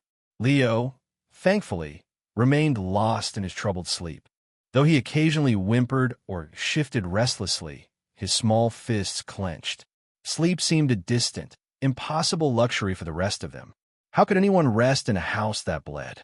"Try," Mark repeated softly, his voice rough with fatigue and dread. "Close your eyes, at least. I'll be right here." Nothing else is going to happen tonight. He desperately hoped he was right, though a cold knot of certainty in his gut told him otherwise. The house had shown its hand, revealed its monstrous capability, but he doubted its repertoire was exhausted. Midnight might be the crescendo, but the performance wasn't necessarily over. Chloe nodded, not meeting his eyes. She gently stroked Maya's hair, humming a tuneless fragment of a lullaby that sounded fragile and lost in the oppressive atmosphere. Mark pulled the door partially closed, leaving a wide enough gap to see inside and hear any sound. Then positioned himself on the floor just outside, leaning his back against the cool, slightly damp plaster of the hallway wall. The spot where the blood had wept earlier was just down the corridor, out of his direct line of sight from this position, but the metallic tang was still strong in the air. He kept the poker resting across his knees, his phone beside him, its flashlight off now to conserve battery, leaving the hallway lit only by the single, flickering overhead bulb that seemed determined to give up the ghost at any moment. Every nerve ending felt frayed, exposed, his hearing strained against the silence, amplifying every tiny sound. The creak of a floorboard somewhere downstairs, the rattle of a loose shutter in the wind, the soft rustle of Chloe's shifting position on the bed. Each noise made him jump, his heart leaping into his throat. The shadows cast by the flickering light seemed deeper, more menacing than before. He kept glancing towards the dark abyss at the top of the main staircase, half expecting to see a figure emerge from the gloom. The whispers had faded, but the feeling of being watched remained, intense and malevolent. It felt like unseen eyes were tracing his every movement, waiting patiently in the darkness. He thought back over the events since their arrival. The creaks, Leo's crying lady. The disembodied whispers, the slamming doors, the rattling knob, the tooth in the basement, and now, this. Bleeding walls. It was insane. Utterly, terrifyingly insane. It was real. He couldn't deny the evidence of his senses, the shared terror of his family. Henderson had lied, or at least omitted catastrophic truths. The previous owners hadn't just left abruptly. Something terrible had happened here. Something that had saturated the very fabric of the house with pain and violence. Something that was now reaching out to them. Were they ghosts? The tormented spirits of the former inhabitants? It seemed the most logical explanation in this profoundly illogical situation. The whispers, the sense of presence. Leo seeing a figure, it fit the classic tropes. But bleeding walls? That felt like something else, something more elemental, more intrinsically tied to the structure itself. As if the house itself were wounded, cursed, eternally reliving some past trauma in the most visceral way imaginable. Inside the room, Chloe wasn't faring any better. She couldn't close her eyes. Every time she did, the image of the crimson rivulets snaking down the wallpaper burned behind her eyelids. She listened to Mark's breathing just outside the door, a faint comfort, but the vast, silent house seemed to press in on all sides. Maya hadn't moved, still staring upwards, her breathing shallow. Chloe reached out, taking her daughter's cold hand. Maya squeezed back a small, desperate acknowledgement of their shared fear. "Mom," Maya whispered after a long silence, her voice barely audible. "Yes, sweetie. What if it doesn't stop? What if it happens every night?" The question hung in the air, chilling Chloe to the bone. It was a possibility she hadn't dared to articulate. Living through this once was traumatizing enough. Facing it night after night, it was unthinkable. "We won't be here, Maya," she whispered back, trying to inject conviction into her voice. "As soon as it's light, we're leaving. We'll figure something out. We won't stay." But even as she said it, doubt gnawed at her. Mark was right. They were isolated, low on resources. Leaving might not be as simple as just walking out the door. What if the house didn't want them to leave? The thought made her shudder. Time crawled. Mark fought against waves of exhaustion, his eyelids growing heavy, his body aching from the tension. He forced himself to stand occasionally, pacing silently back and forth in the short stretch of hallway outside the children's door. peering down the main staircase, listening intently. On one of these patrols, as he stood near the top of the stairs, staring into the Stygian blackness of the foyer below, he felt it, a sudden, sharp drop in temperature, localized right beside him. The air grew icy cold, raising goose flesh despite his jacket. He held his breath, listening, and then he heard it again, faint but distinct. A woman's soft weeping, seeming to come from the air right next to him. It was filled with such profound sorrow, such utter despair, it made his own heart ache.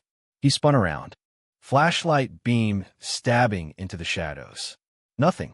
The cold spot dissipated as quickly as it had formed. The weeping faded into silence. Was this Leo's crying lady? Was she tied to the spot?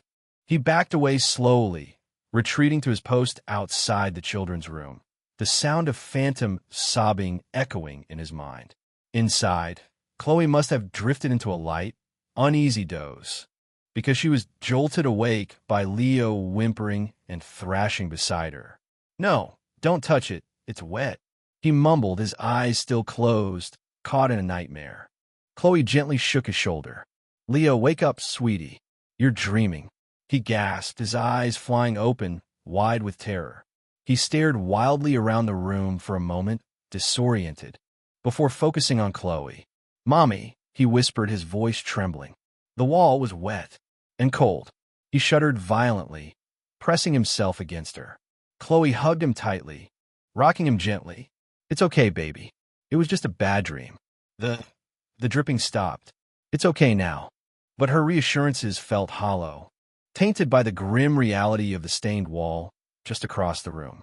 The hours between 1 a.m. and dawn were the longest of Mark's life. He marked the time by the fading darkness outside the hallway window at the far end. A subtle shift from absolute black to a deep, bruised purple, then slowly, agonizingly, to a lighter shade of gray. The fog still clung stubbornly to the landscape, shrouding the world outside in an impenetrable veil, but the first hint of daylight was beginning to pierce the gloom. With the approaching dawn, the oppressive atmosphere in the house seemed to lessen almost imperceptibly. The feeling of being watched didn't vanish entirely, but it receded slightly, like a predator retreating temporarily with the light. The intense cold spots faded. The silence felt less menacing, more just empty and exhausted. Mark felt a sliver of hope, fragile but persistent. They had survived the night, the worst of it at least. He pushed himself stiffly to his feet, his muscles protesting. He peered into Maya's room. Chloe had finally fallen asleep, slumped uncomfortably against the headboard, her arms still protectively around Leo, who had also succumbed to exhausted sleep. Maya, surprisingly, was asleep too, her face finally relaxed, though tear tracks still stained her cheeks. Seeing them momentarily at peace strengthened his resolve. He had to get them out of here. He crept back to the master bedroom. The sight that greeted him in the growing gray light filtering through the grimy windows was no less shocking than it had been at midnight. The bloodstains were stark and ugly against the faded floral wallpaper, dark patches marring the delicate pattern. The puddles on the floor had dried to dark, crusty patches, like gruesome scabs on the wooden floorboards. The smell of old blood and decay was thick, nauseating. He opened a window, ignoring the protesting screech of the warped frame, letting the cold, damp, foggy air rush in. It did little to dispel the stench, but the connection to the outside world, however bleak, felt necessary. He looked around the room, at the imposing four-poster bed, the dusty furniture, the weeping walls. This wasn't a home. It was a crime scene, a place of profound and ongoing suffering. Whatever dream he and Chloe had chased here had died violently during the night, drowned in the house's spectral blood. He went back into the hallway. The stains there were just as visible in the pre-dawn light. He knew, without looking, that the drawing room and dining room would be the same. The house wore its trauma openly now, the evidence impossible to ignore. As the first true rays of gray dawn light began to filter through the high window on the landing, illuminating the dust motes dancing in the air, Mark felt a grim determination settle over him. The night was over. The fight for survival had just begun. First light hadn't brought relief, only the stark, unavoidable necessity of confronting the horror in the cold light of day. They had to understand what they were up against. And then, somehow, they had to escape Blackwood Manor before the next midnight arrived. Dawn broke not with golden sunlight, but with a reluctant, grudging gray that filtered through the persistent fog, doing little to lift the oppressive gloom clinging to Blackwood Manor. The weak light served only to illuminate the horrors of the night in stark, sickening detail. The bloodstains, dried now to crusty, dark patches that looked like monstrous scabs on the walls, were undeniable, unavoidable evidence of the house's violent secret. The coppery stench still hung heavy in the air, mingling with the ever-present sense of dust, decay, and faint, funereal flowers. Mark found Chloe awake when he returned to the master bedroom after his grim survey. She sat on the edge of the four-poster bed, staring blankly at the stained wall opposite, her face pale and drawn, dark circles under her eyes telling of a sleepless, terrified night. She didn't look at him as he entered. "Did you?" she began, her voice raspy, trailing off as she saw the grim confirmation in his expression. "Yeah," Mark said heavily, sinking onto the edge of the bed beside her, the ancient springs groaning under his weight. "Downstairs, too. Just as bad." He ran a hand over his face, the stubble rough against his palm. "We need to get out of here, Chloe. Now." "I know," she whispered, finally turning to look at him, her eyes filled with a mixture of fear and desperate resolve. "But how?" "The fog is still thick as soup, Mark. We can barely see the end of the drive. And the car. They hadn't even checked the car." A new wave of anxiety washed over Mark. They'd left the sturdy SUV parked on the gravel drive, packed with the remainder of their belongings. It was their only lifeline, their only means of escape. "Right," he said, pushing himself to his feet. "Let's get the kids ready. Quietly. We'll grab the essentials, get in the car, and just drive. Slowly. We'll find the main road eventually." They woke the children gently. Leo was groggy and disoriented, clinging to Chloe, his eyes darting fearfully towards the stained walls as the memory of the night returned. Maya, however, seemed to have found a core of angry determination overnight. She dressed quickly, her movements jerky, her jaw set. "Good," she said, her voice tight. "Let's go. I don't care if we have to crawl through the fog." Working together with a grim, silent efficiency born of shared terror, they gathered the few essentials they'd unpacked: toiletries, the remaining food, the first aid kit. They avoided looking directly at the stains, skirted around the dried pools on the floor, moving like trespassers in their own house. The silence was heavy, broken only by Leo's occasional sniffles and the creak of floorboards underfoot. The house itself felt unnervingly still, watchful, as if gathering its strength after the night's exertions. The feeling of being observed hadn't lessened with the daylight. If anything, it felt more focused, more personal. Mark took the lead, poker still in hand despite the daylight. As they descended the grand staircase, the foyer was cold, the gray light filtering through the grimy arched window, doing little to warm the space. The heavy oak front door stood closed, imposing. Mark reached for the large, ornate brass handle. He turned it. Nothing happened. He turned it again, harder. It didn't budge. "What the—" He rattled the handle, then threw his shoulder against the heavy wood. It was solid, immovable. It stuck, or locked. Chloe tried the handle herself, panic flaring in her eyes. "Locked? But how? We didn't lock it last night, did we? There wasn't even a key." Mark remembered Henderson leaving the key under a stone by the back porch, not the front. They hadn't touched the front door mechanism since arriving. He examined the large, complex-looking lock integrated into the door. It looked ancient, heavy-duty. There was no visible keyhole on this side. Was it bolted from the outside? Or worse, from the inside by unseen hands? "Try the back door," Maya urged, her voice rising in panic. "The one we came in through yesterday." They hurried through the dim corridor towards the kitchen, the sense of urgency mounting. The kitchen door, a simpler, More modern addition compared to the front entrance, led out towards the overgrown back garden and a gravel path where they'd parked the car. Mark reached for the simple deadbolt. It slid back easily. He turned the knob, relief flooding him for a split second before he pushed the door open and stared out into the oppressive gray fog. The fog was thicker than ever, a dense, swirling white wall that started just feet from the doorway. Visibility was practically zero. He could barely make out the nearest skeletal bushes, let alone the SUV parked somewhere beyond them. Driving in this would be suicide. They'd be lucky to find the end of the driveway, let alone navigate the winding, unmarked country roads. Damn it, Mark swore, slamming his fist against the doorframe. We can't see a thing. Chloe came up behind him, peering out into the suffocating whiteness. Her shoulders slumped. What do we do? She whispered, despair creeping back in her voice. We wait, Mark said grimly, hating the words. We wait for the fog to lift. It has to lift eventually, right? But the fog felt unnatural, unnervingly persistent, as if the house itself had exhaled it, creating a barrier to keep them contained. Trapped. The word echoed in Mark's mind. Locked in from the front, blinded by fog at the back. They retreated numbly back into the kitchen, the brief surge of hope extinguished.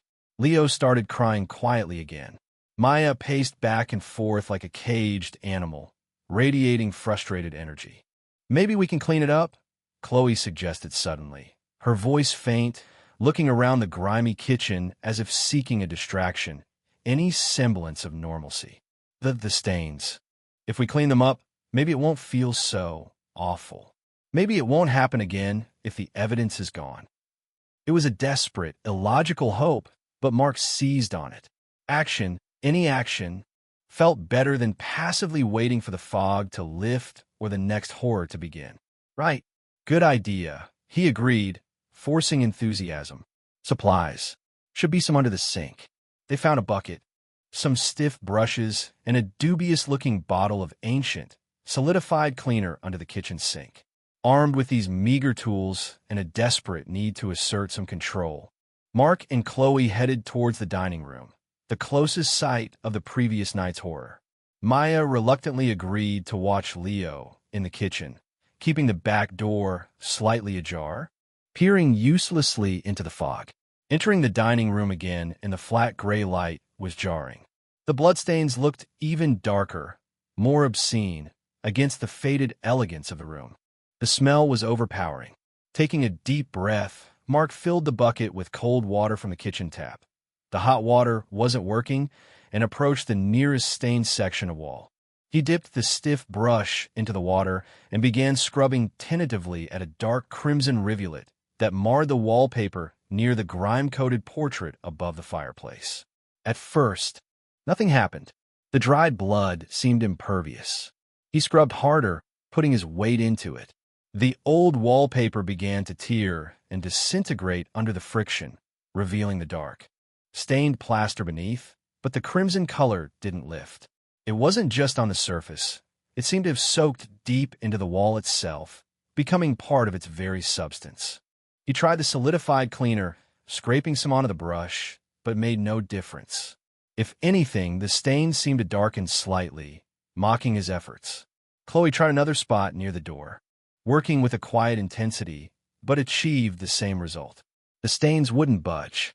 They were indelible, permanent scars left by the house's nightly trauma. After 15 minutes of futile, exhausting scrubbing, leaving only shredded wallpaper and raw, stained plaster in their wake, they stopped, breathing heavily, defeated. It's no use, Chloe said, dropping the brush into the bucket with a splash. It's soaked in, like a tattoo. She looked around the room, at the weeping walls, the portraits with their unseen eyes. The table's still set for phantom diners. This house, it wants us to see it. It wants us to know. A chilling thought occurred to Mark. Maybe, he said slowly, maybe it's not just a house. Maybe they want us to know. He thought of the whispers, the crying lady, the feeling of being watched. The unseen occupants, the previous owners. What happened to them, Chloe? Why did they leave? Or did they? The need to understand, to find answers, became paramount. If they couldn't leave, They had to at least learn what they were facing. "We need to search the house," Mark declared. "Properly. Forget cleaning. Forget waiting for the fog. We need information. There must be something here, old letters, diaries, newspapers. Anything that tells us about the people who lived here before us." Chloe nodded, her fear momentarily overshadowed by a grim curiosity. "Where do we start? Top floor, maybe? The attic?" Mark suggested. "Or maybe there's an office, a study." They left the bucket of dirty water and the useless brushes in the dining room and went back to the foyer, calling Maya and Leo to join them. "New plan," Mark announced, trying to sound decisive. "We're going on a treasure hunt. We're going to find out the secrets of Blackwood Manor." He tried to frame it as an adventure for Leo's sake, but the fear in his own eyes betrayed him. As they started towards the grand staircase again, intending to explore the upper floors more thoroughly, a small, framed photograph on a dusty side table near the drawing room door caught Chloe's eye. It hadn't been there before, or at least, she hadn't noticed it amidst the chaos of the previous day and night. She picked it up, wiping the dust from the glass with her sleeve. It was an old, sepia-toned photograph of a family posed stiffly in front of Blackwood Manor, sometime in the late 19th or early 20th century, judging by their clothes.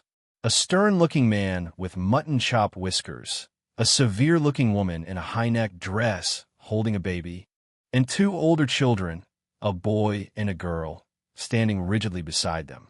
They all looked unhappy, their eyes dark and haunted, staring out from the past. But it wasn't just their expressions that chilled Chloe. It was the house behind them. Even in the faded photograph, it looked dark, menacing, watchful. And there, standing partially obscured in the shadow of an upper window, the window of what was now Mark and Chloe's bedroom, was another figure.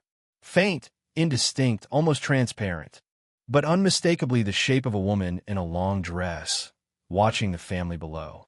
Chloe gasped, her hand trembling. "Mark, look."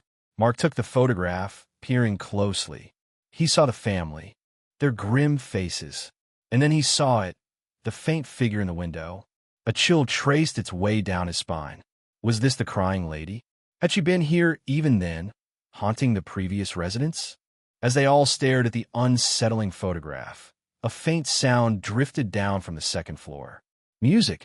The delicate, tinkling sound of the music box, playing a simple, slightly discordant lullaby. It was coming from the direction of the children's rooms. They looked at each other, fresh fear dawning in their eyes. They hadn't brought a music box. The tinkling melody of the music box, fragile and discordant, drifted down the grand staircase, each note sharp and clear in the otherwise silent house. It was a simple lullaby, the kind meant to soothe a child, but here, in the context of the bleeding walls and the haunted photograph, it sounded utterly menacing. It wasn't loud, but it had an eerie persistence, seeming to echo from the very bones of the manor. "Where is that coming from?" Maya whispered, her angry resolve momentarily replaced by wide-eyed fear. She instinctively pulled Leo closer, though the little boy seemed more confused than scared by this particular sound. "Upstairs," Mark said grimly, his gaze fixed on the shadowed second-floor landing. "Sounds like near your room." He tightened his grip on the poker, the faded photograph still clutched in Chloe's trembling hand. They hadn't brought a music box, which meant it belonged to the house, or rather, to its previous, unseen occupants. "Maybe it's just old," Chloe offered weakly, though the hopeful suggestion sounded hollow even to her own ears. "Like, wound up years ago and something just knocked it?" Playing this clearly? After all this time? Mark shook his head. "No." He started towards the stairs, motioning for them to follow, though he kept the children slightly behind him and Chloe. "Let's go see." They ascended the stairs slowly, cautiously, the music growing slightly louder, clearer, as they reached the second floor. The flickering hallway light seemed dimmer than before, casting long, dancing shadows that writhed like living things. The bloodstains on the hallway walls seemed darker, fresher in the gloom.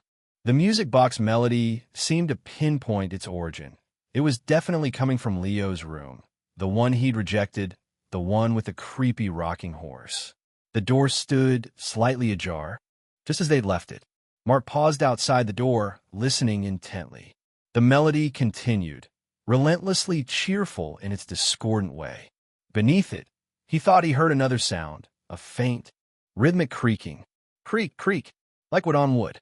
He pushed the door open wider, poker held ready. Phone flashlights switched on again, cutting through the room's dimness. The music was coming from a small, ornately carved wooden box sitting innocently on the dusty bedside table. Its lid was open, revealing the delicate clockwork mechanism slowly turning, plinking out the lullaby. It looked like an antique, intricately detailed, but coated in a layer of grime. Where had it come from? It certainly hadn't been there when they looked in the room yesterday. But it wasn't the music box that made Mark's blood run cold. It was the rocking horse. It stood in the corner, just as before, but it was no longer still. It was rocking gently back and forth on its curved wooden runners, creak, creak, moving with a slow, deliberate rhythm, seemingly of its own accord. Its single glass eye glittered in the flashlight beam, fixed directly on them, filled with an unsettling emptiness that felt horribly like awareness. No draft could account for this steady, rhythmic motion. It was moving as if an unseen child were riding it. Leo whimpered, hiding behind Chloe's legs again. The horse, he whispered fearfully. I told you it was mean. Maya let out a shaky breath, backing away slightly into the hallway. Okay, no. Just no. A haunted music box and a possessed rocking horse? This is getting ridiculous. Her attempt at flippancy couldn't mask the tremor in her voice. Mark swept the flashlight beam around the rest of the room. Empty bedstead, dusty wardrobe, bare floorboards stained with the previous night's spectral blood. Nothing else seemed out of place, besides the impossible music box and the self-rocking horse. He took a cautious step into the room, towards the music box. As he approached the bedside table, the music abruptly stopped, the mechanism clicking silent mid-melody. The sudden quiet was almost as jarring as the music had been. Simultaneously, the rocking horse slowed its motion, its creaking fading until it came to a complete, silent standstill, facing them directly. The room felt instantly colder, the air heavy, expectant. Mark shone the light directly on the music box. He reached out slowly, hesitating, then carefully closed the lid. It clicked shut with a small, final sound. He looked back at the rocking horse. It remained still, silent, watching. But the feeling of unseen presence in the room was stronger than ever.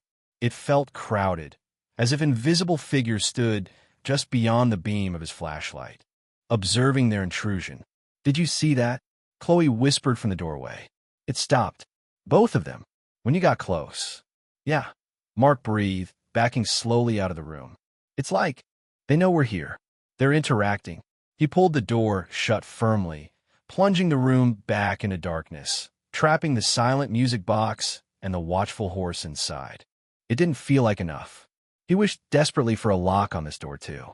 Shaken, they abandoned the idea of searching the upper floors for now. The encounter with the music box and the rocking horse had unnerved them deeply. It was one thing to witness the passive horror of the bleeding walls. It was another to encounter objects seemingly animated by an unseen intelligence, responding directly to their presence. The unseen occupants weren't just echoes or residual energy. They were aware, and they were capable of manipulating the physical environment. The photograph, Chloe said suddenly, holding up the old sepia print they had found downstairs. The family, and the figure in the window. Maybe they're the ones. Maybe, Mark agreed. We need to know who they were. What happened to them? His gaze drifted towards a closed door further down the main hallway, one they hadn't yet opened. It looked heavier than the bedroom doors, made of dark, polished wood, with a tarnished brass nameplate affixed to it. He moved closer, angling his flashlight to read the inscription. The brass was greened with age, the engraving faint, but he could just make it out. J. Blackwood study. Blackwood, Mark read aloud. This must have been the original owner's study. J. Blackwood. He looked at the stern-faced man in the photograph. Was that J. Blackwood? It seemed likely. If there are any records any diaries or letters. They might be in here. He tried the handle. Locked. Of course.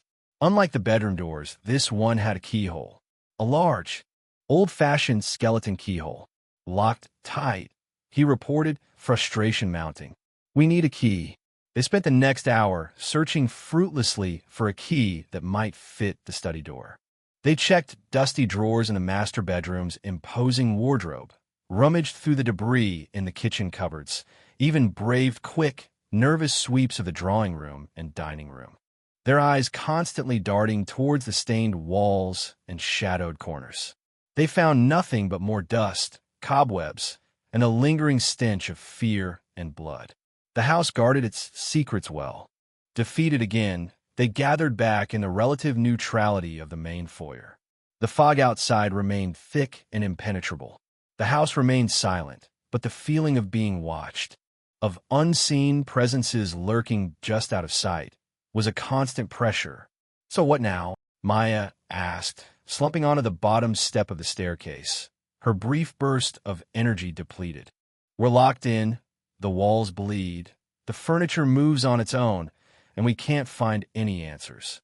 Maybe we should try the neighbors? Chloe suggested hesitantly. If we can even find any neighbors through this fog.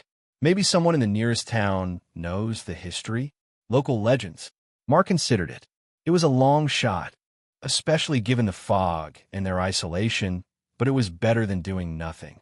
Okay, he agreed. It's risky with the fog, but maybe if I go on foot, just follow the driveway out. See if I hit the main road. Find a house.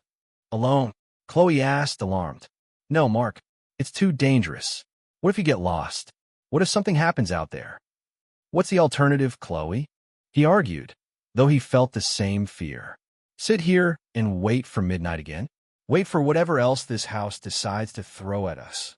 He looked at his children, their faces pale and scared. I have to try. I'll stick to the drive. I'll be careful. I won't go far if the fog doesn't lift. Reluctantly, Chloe agreed, while Mark prepared to venture out into the fog-bound unknown. Chloe decided to make another attempt at finding answers within the house. If the study was locked, perhaps there were other clues hidden elsewhere. She focused on the drawing room, the place where Leo had seen the crying lady, the room that felt thickest with sorrow and unseen presence. Armed with Mark's phone flashlight, he took the heavier, less reliable one. She pushed open the door and stepped inside, determined to search more thoroughly. Maya insisted on coming too, refusing to stay alone with Leo, who clung anxiously to Chloe's hand. The drawing room felt even colder and more oppressive than before. The bloodstains on the wall seemed to pulse faintly in the gloom. Chloe started with the massive stone fireplace, carefully examining the intricate carvings, running her fingers over the cold marble mantelpiece. Nothing. She moved to the sheet-draped furniture, pulling back the dusty coverings one by one. An old sofa, its upholstery rotten and torn. Several armchairs in similar states of decay. A grand piano, its keys yellowed and silent, coated in thick dust. Nothing that offered any clues. Maya, meanwhile, was drawn to a tall, glass-fronted bookcase standing in a shadowed corner. Most of the shelves were empty, but the bottom shelf held a jumble of old, leather-bound books. Their spines faded and cracked. She knelt, pulling them out carefully, coughing as dust filled the air. Most were damp and mildewed, their pages stuck together, titles illegible. But one, tucked away at the back, felt different. It was smaller, bound not in leather but in simple, faded cloth, and it felt lighter, less damaged by damp. There was no title on the spine. Curious, she opened it. The pages were filled with dense, looping handwriting, faded brown ink on brittle, yellowed paper. It looked like a journal. Her heart quickened. Could this be it? An account from a previous resident? She turned to the first page, struggling to decipher the elegant but difficult script in the dim light. October 17th, 1888, she read aloud slowly. Moved into Blackwood Manor today. Josiah is pleased with the acquisition, though the price was suspiciously low. The house is grand, certainly, but remote, and I confess, it feels watchful. Elara cries constantly. The journey has unsettled her, perhaps. Or perhaps she senses the same unease that prickles my own skin. Maya? What is that? Chloe asked, coming over, Leo trailing behind her. I think it's a diary, Maya whispered, excitement warring with apprehension. From 1888. Someone named Alara and Josiah? She looked back at the photograph Chloe still held. Josiah Blackwood, the stern-faced man, and Alara, the severe-looking woman holding the baby. It had to be them. Chloe knelt beside Maya, peering at the faded script. Keep reading, she urged, her voice hushed. Maya turned the page carefully, the old paper threatening to crumble. October 21st. The locals whisper stories. Curses. Disappearances. They avoid the lane leading up to the house. Josiah dismisses it as superstitious nonsense. But the staff seem nervous. Cook swears she hears weeping at night. I tell myself it is the wind. November 5th. The noises are worse. Footsteps in empty rooms. Doors opening and closing on their own. Little Thomas claims he saw a lady in white on the landing. Weeping. Josiah refuses to listen. He spends all his time in his study. The house feels colder, darker. Alara barely sleeps. Neither do I. December 1st. Josiah is changed. He is withdrawn, angry. He shouts at the children, at me. He spends hours locked in his study, talking to himself, or perhaps not to himself. I hear other voices sometimes, whispering through the thick door, and the walls. Sometimes, late at night, I think they're damp. I smell copper. A chill went down their spines. Copper. Blood. Had it been happening even then? Maya's fingers trembled as she turned the next page. The handwriting here became more erratic, slanted, desperate. December 20th. He knows. Josiah knows what happened here before. He found something in the study. He won't tell me what. He just paces, muttering about cycles, about the house demanding, needing. He says we cannot leave. He says she won't let us leave. The lady in white. He says she feeds on sorrow, that the house demands it. The final entry was brief, jagged, almost illegible, stained with something dark near the bottom corner. December 24th. Midnight. It's starting. Oh God, the walls. Alara. Thomas. Forgive me.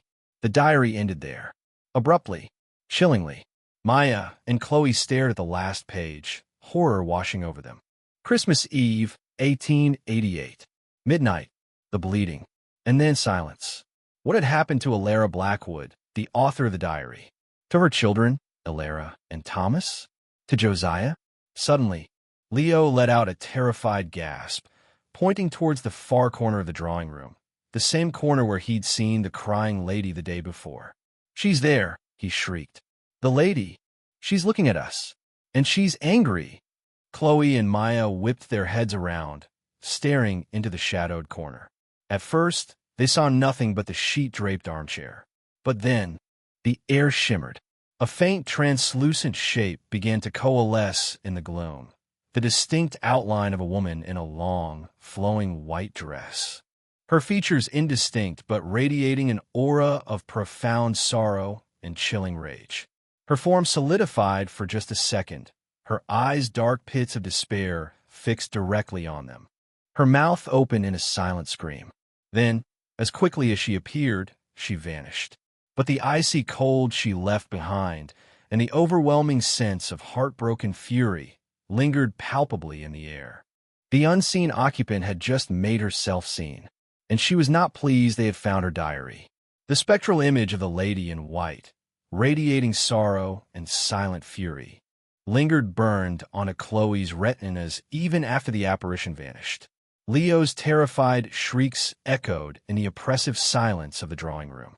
Reacting purely on instinct, Chloe snatched Leo up into her arms, grabbed Maya's wrist with her free hand, and stumbled backwards out of the room, pulling the heavy door shut behind them with a resounding thud. They didn't stop until they reached the relative, albeit temporary, safety of the kitchen, collapsing onto the rickety wooden chairs around the table, hearts pounding, breaths coming in ragged gasps. Leo buried his face in Chloe's shoulder, sobbing uncontrollably. Maya slumped forward, resting her head on the cool wood of the table, trembling violently. Chloe held Leo tightly, stroking his hair, murmuring meaningless comforts while her own mind reeled from the encounter. Seeing the ghost, the crying lady Leo had insisted on, confirming her existence in such a terrifying, tangible way, shifted everything. This wasn't just bumps in the night or bleeding walls anymore. This was direct interaction with a seemingly powerful, tormented, and angry entity. "You saw her?" Maya finally choked out, lifting her head, her face ashen. "You saw her too?" Chloe nodded numbly. "Just for a second. Translucent, but there. God, Maya, the anger." She shuddered, remembering the dark pits of the ghost's eyes, the silent scream. She was furious we found the diary. The diary. Alara Blackwood's desperate chronicle from 1888 lay forgotten on the drawing room floor near the bookcase. Neither of them dared to go back for it right now, but its contents burned in their minds. The cycle. The house needing sorrow. The lady in white feeding on it. Josiah's descent into madness after finding something in the study. The bleeding walls on Christmas Eve. "So it's true," Maya whispered, staring blankly at the grimy kitchen window, beyond which the impenetrable fog pressed close. "It's happened before. Maybe lots of times. A cycle. In the house she wants—" Her voice trailed off, unable to articulate the horrifying implication. "Wants them to suffer. Wants them to die. Wants them to become part of the house's tormented collection." Josiah said they couldn't leave. Chloe remembered, her blood running cold. He said she wouldn't let them leave. Suddenly, the locked front door, the impenetrable fog, felt less like circumstance and more like deliberate confinement. They weren't just stranded, they were imprisoned.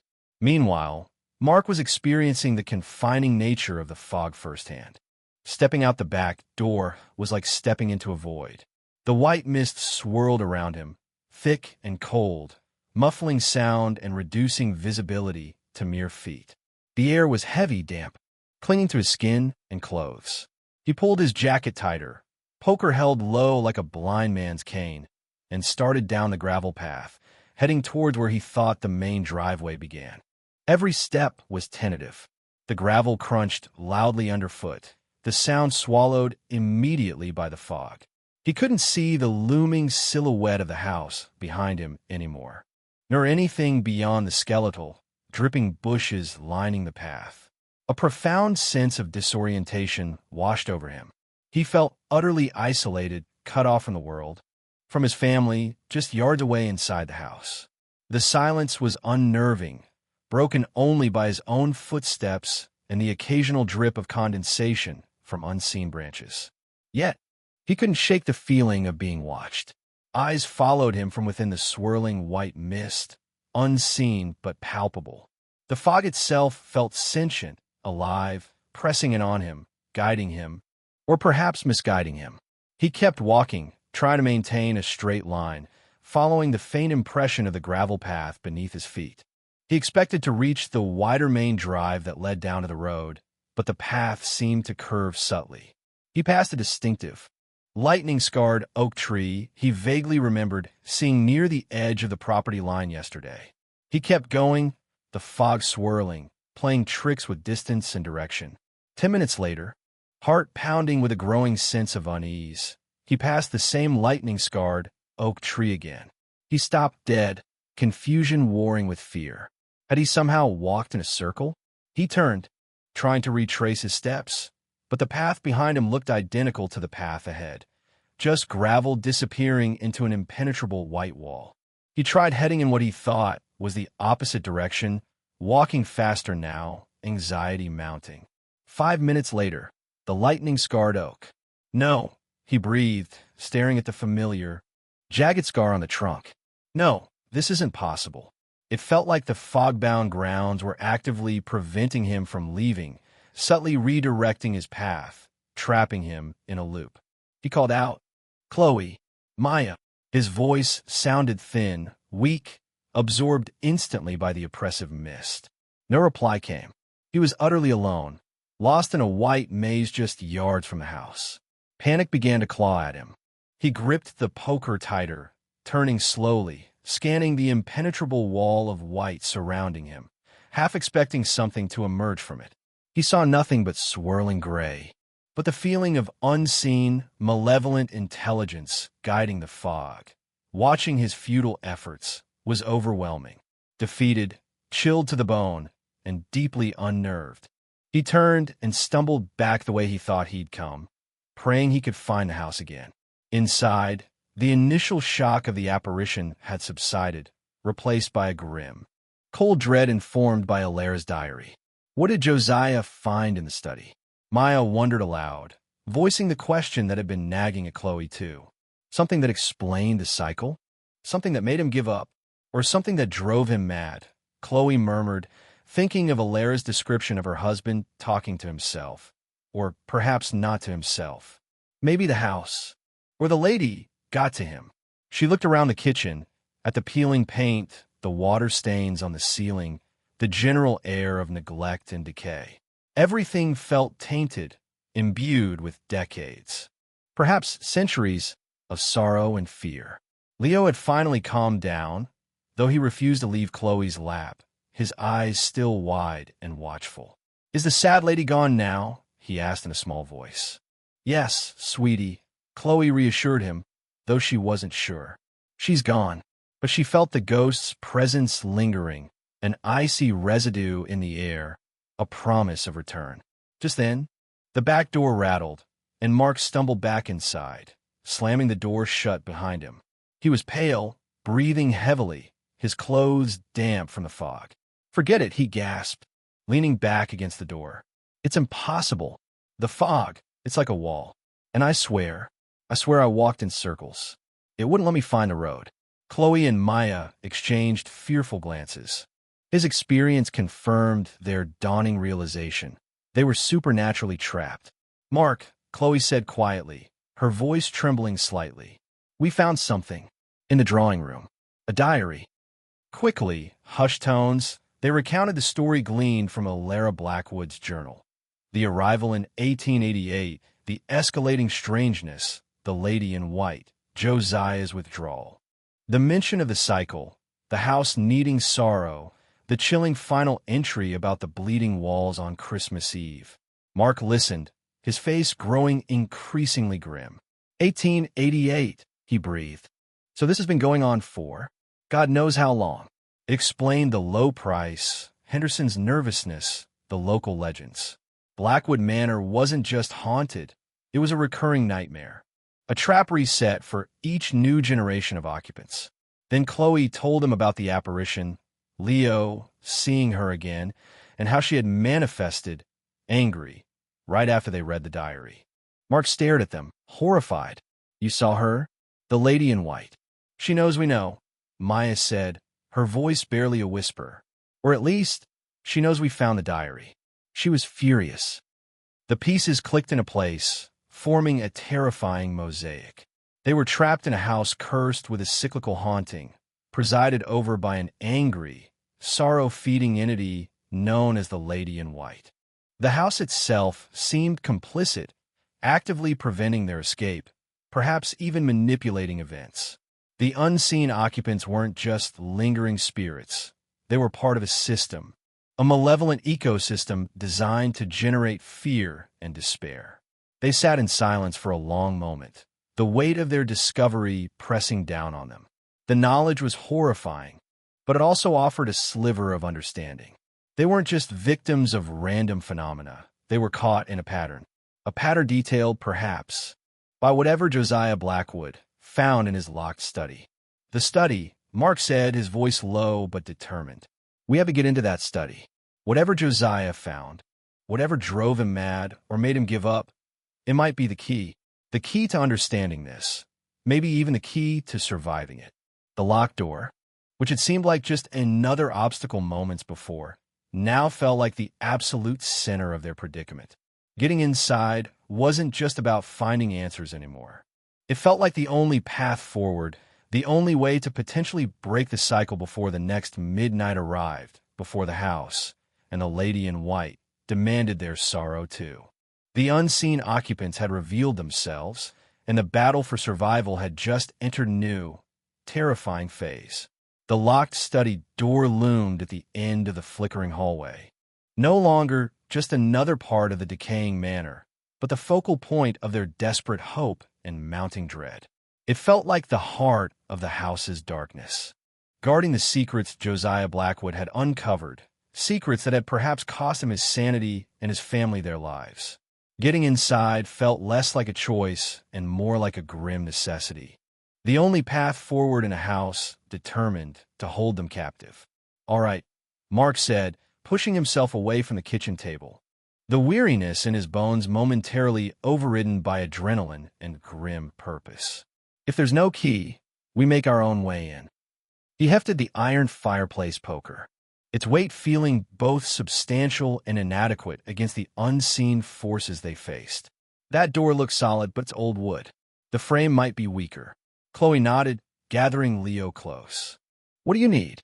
"Tools," Mark said, scanning the dilapidated kitchen. "Anything sturdy. A hammer, maybe a screwdriver, crowbar would be ideal, but—" He trailed off, knowing the chances of finding such things readily available were slim. They hadn't brought a toolbox, assuming basic maintenance items would be present.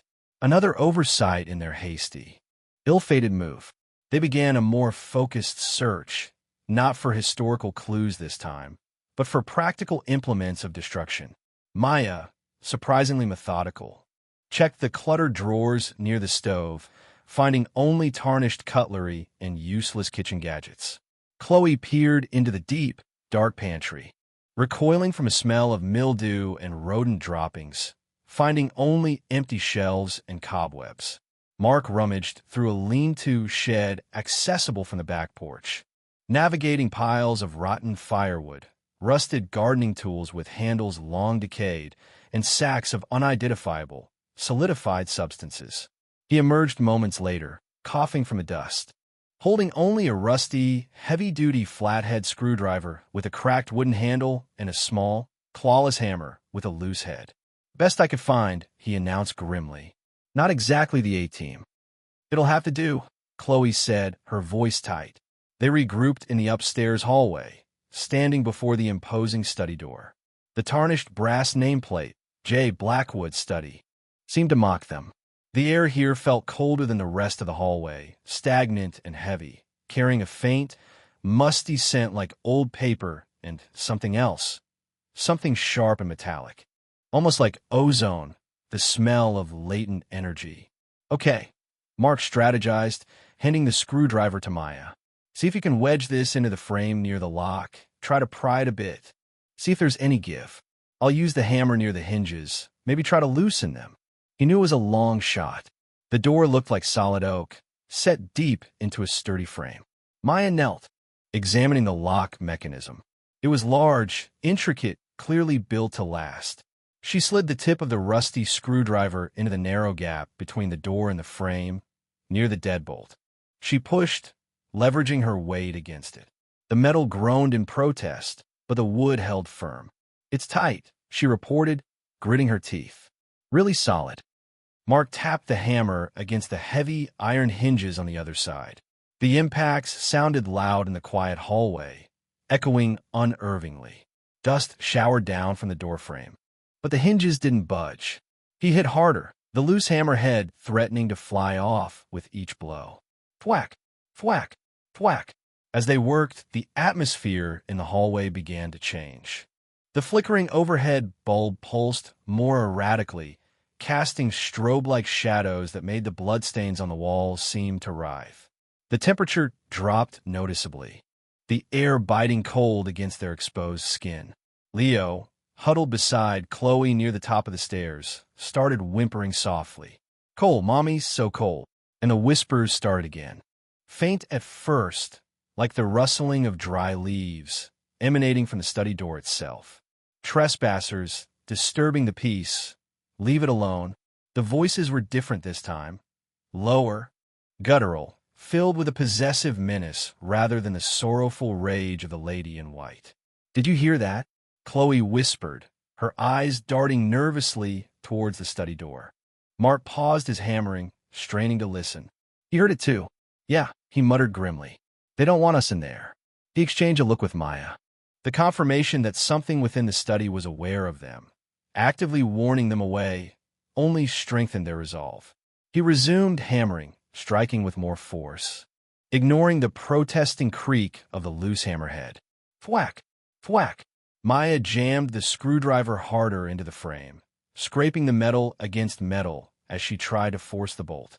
A sliver of wood splintered near the lock, falling to the floor. Getting somewhere, she grunted, putting her shoulder into it. Suddenly, the heavy brass doorknob began to rattle violently, turning back and forth as if an unseen hand on the other side were trying furiously to keep them out, or perhaps to get out itself. Leo screamed, pointing. The door. It's shaking. They froze, staring at the rattling knob. The whispers grew louder, more insistent, a cacophony of angry murmurs pressing against the wood. Go away. Secrets are buried, not for you. The cold intensified, becoming biting, painful. Mark could see his breath misting in the air. Keep going. Mark yelled over the rattling and whispering, deciding that retreat was no longer an option. Whatever was in that room, they had provoked it now. He swung the hammer with renewed desperation, aiming near the lock mechanism itself, hoping to shatter the wood around it. Crack! A larger piece of the doorframe splintered, falling away. The rattling stopped abruptly. The whispers ceased. An unnatural silence descended, more terrifying than the noise. The doorknob was still, but the cold remained, thick and suffocating. And then a new sound began, a faint scratching coming from the inside of the study door. Slow, deliberate, scratch, scratch, scrape, like fingernails dragging slowly down the other side of the wood. Chloe stifled a scream, backing away further, pulling Leo with her. Maya dropped the screwdriver, scrambling back from the door, her face white with terror.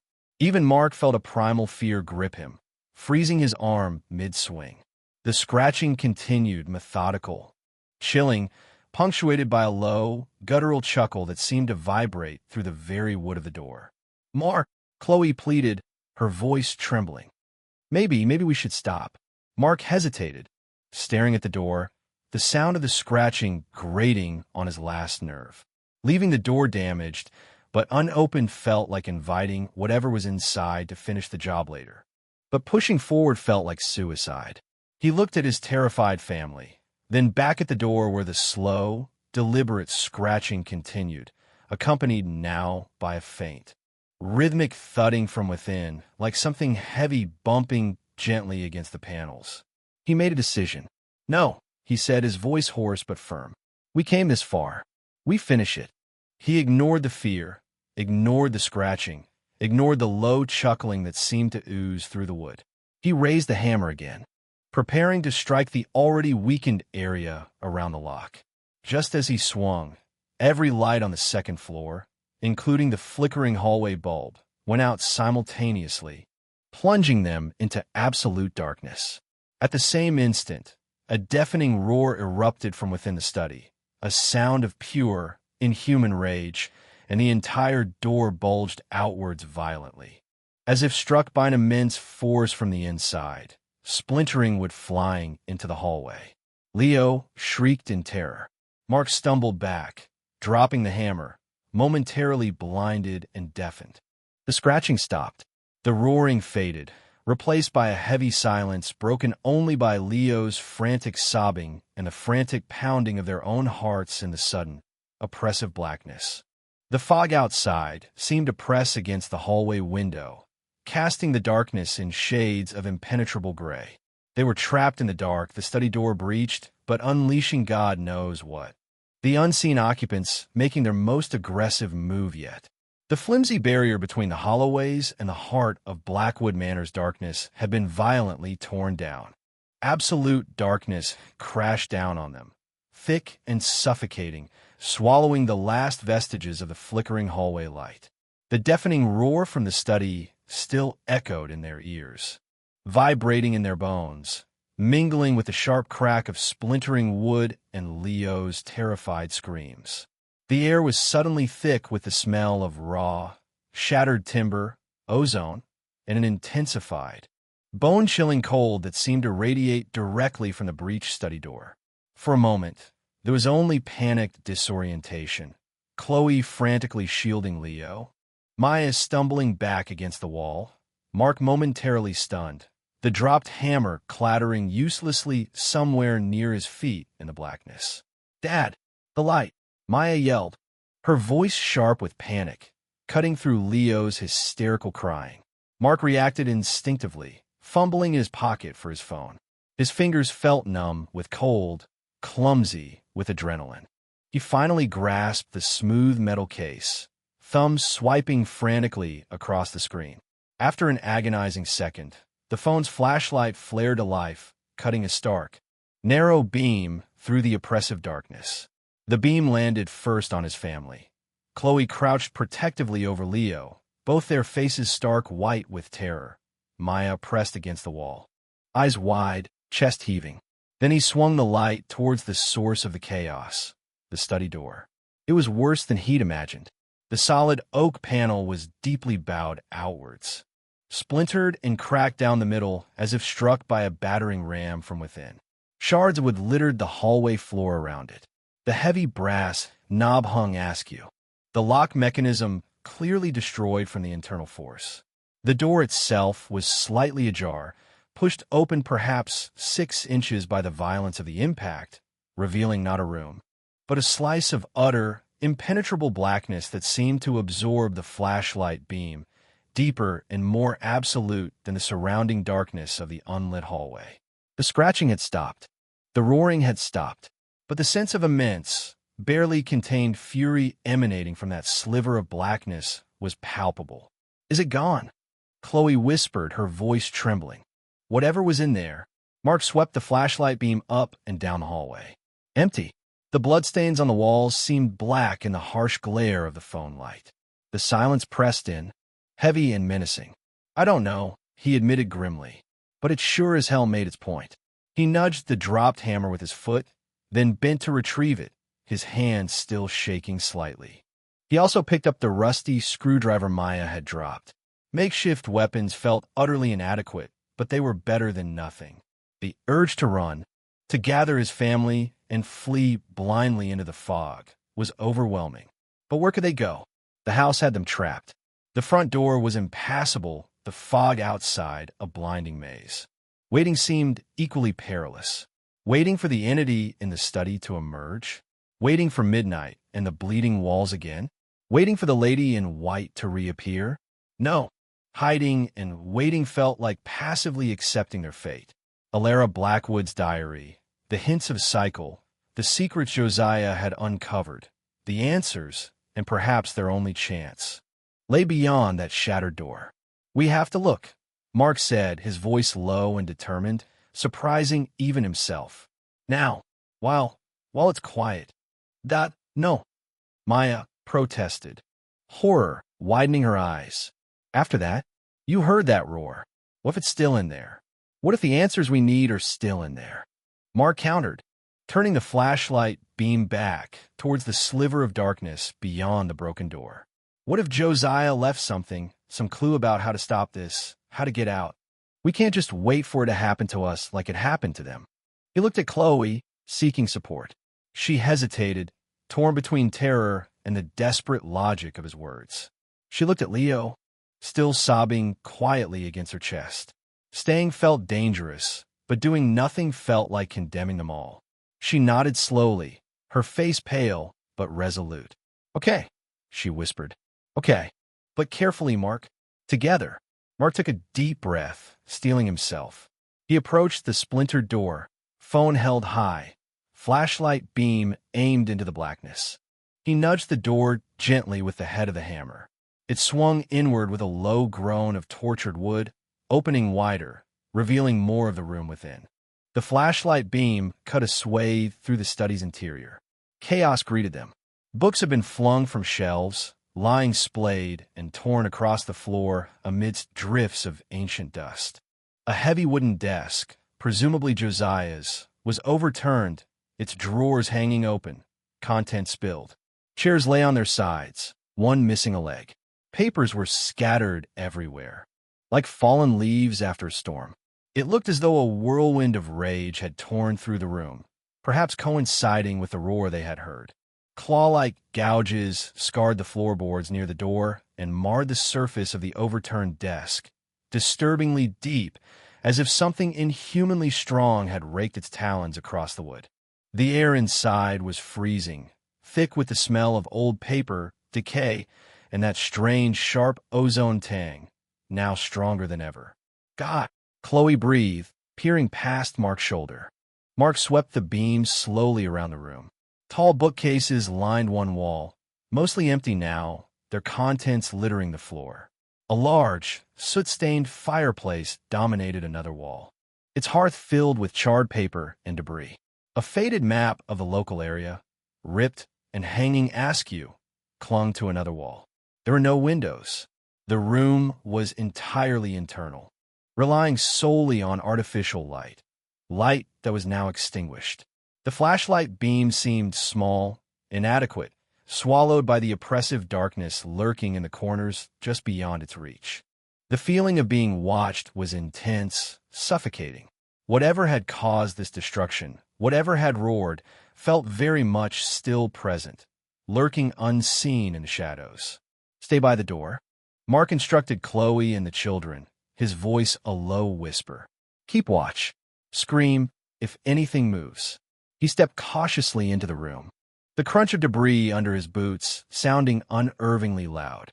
He kept the hammer held ready, sweeping the flashlight beam methodically across the wreckage. He was looking for anything specific, anything that might stand out amidst the chaos. A ledger, a locked box, anything that might contain Josiah Blackwood's secrets. His beam fell upon the overturned desk. Several drawers had been ripped clean off their runners, their contents, quills, dried inkwells, bundles of yellowed letters tied with brittle ribbon. Small personal effects scattered across the floor. One drawer, however, remained partially intact, jammed crookedly in the desk frame. It looked heavier, perhaps made of metal or reinforced wood, and it appeared to be locked, a small brass keyhole glinting in the light. "Here," Mark whispered, gesturing with the light. "This drawer, it's locked. Maybe whatever he found is in here." He knelt beside the overturned desk, trying to ignore the deep gouges in the wood near his hand, trying to ignore the prickling sensation on the back of his neck that screamed something was watching him from the darkest corner of the room. He examined the lock. Small, intricate. The rusty screwdriver was too large, the hammer too crude. He needed something finer to pick it. As he searched the scattered debris nearby for anything suitable, a sturdy pin, a piece of wire, a faint noise made him freeze. A soft, dragging sound, coming from the far corner of the study, the area swallowed by the deepest shadows beyond the reach of his flashlight beam. Shoo! Drag! Like heavy fabric being pulled slowly across the floor. He snapped the flashlight beam towards the sound. Empty corner. Dust motes dancing in the light. Nothing. Had he imagined it? Or was the unseen occupant playing with him, reminding him he wasn't alone in the violated sanctuary of Josiah Blackwood's study? The oppressive silence returned, heavier than before, charged with unspoken, unseen threat. Getting that drawer open suddenly felt more urgent than ever. Ignoring the icy dread prickling his skin, Mark knelt beside the overturned desk, his flashlight beam fixed on the small, locked brass keyhole of the jammed drawer. The silence stretched, thick and heavy, punctuated only by the frantic thudding of his own heart and the distant, terrified whimpers of Leo from the hallway.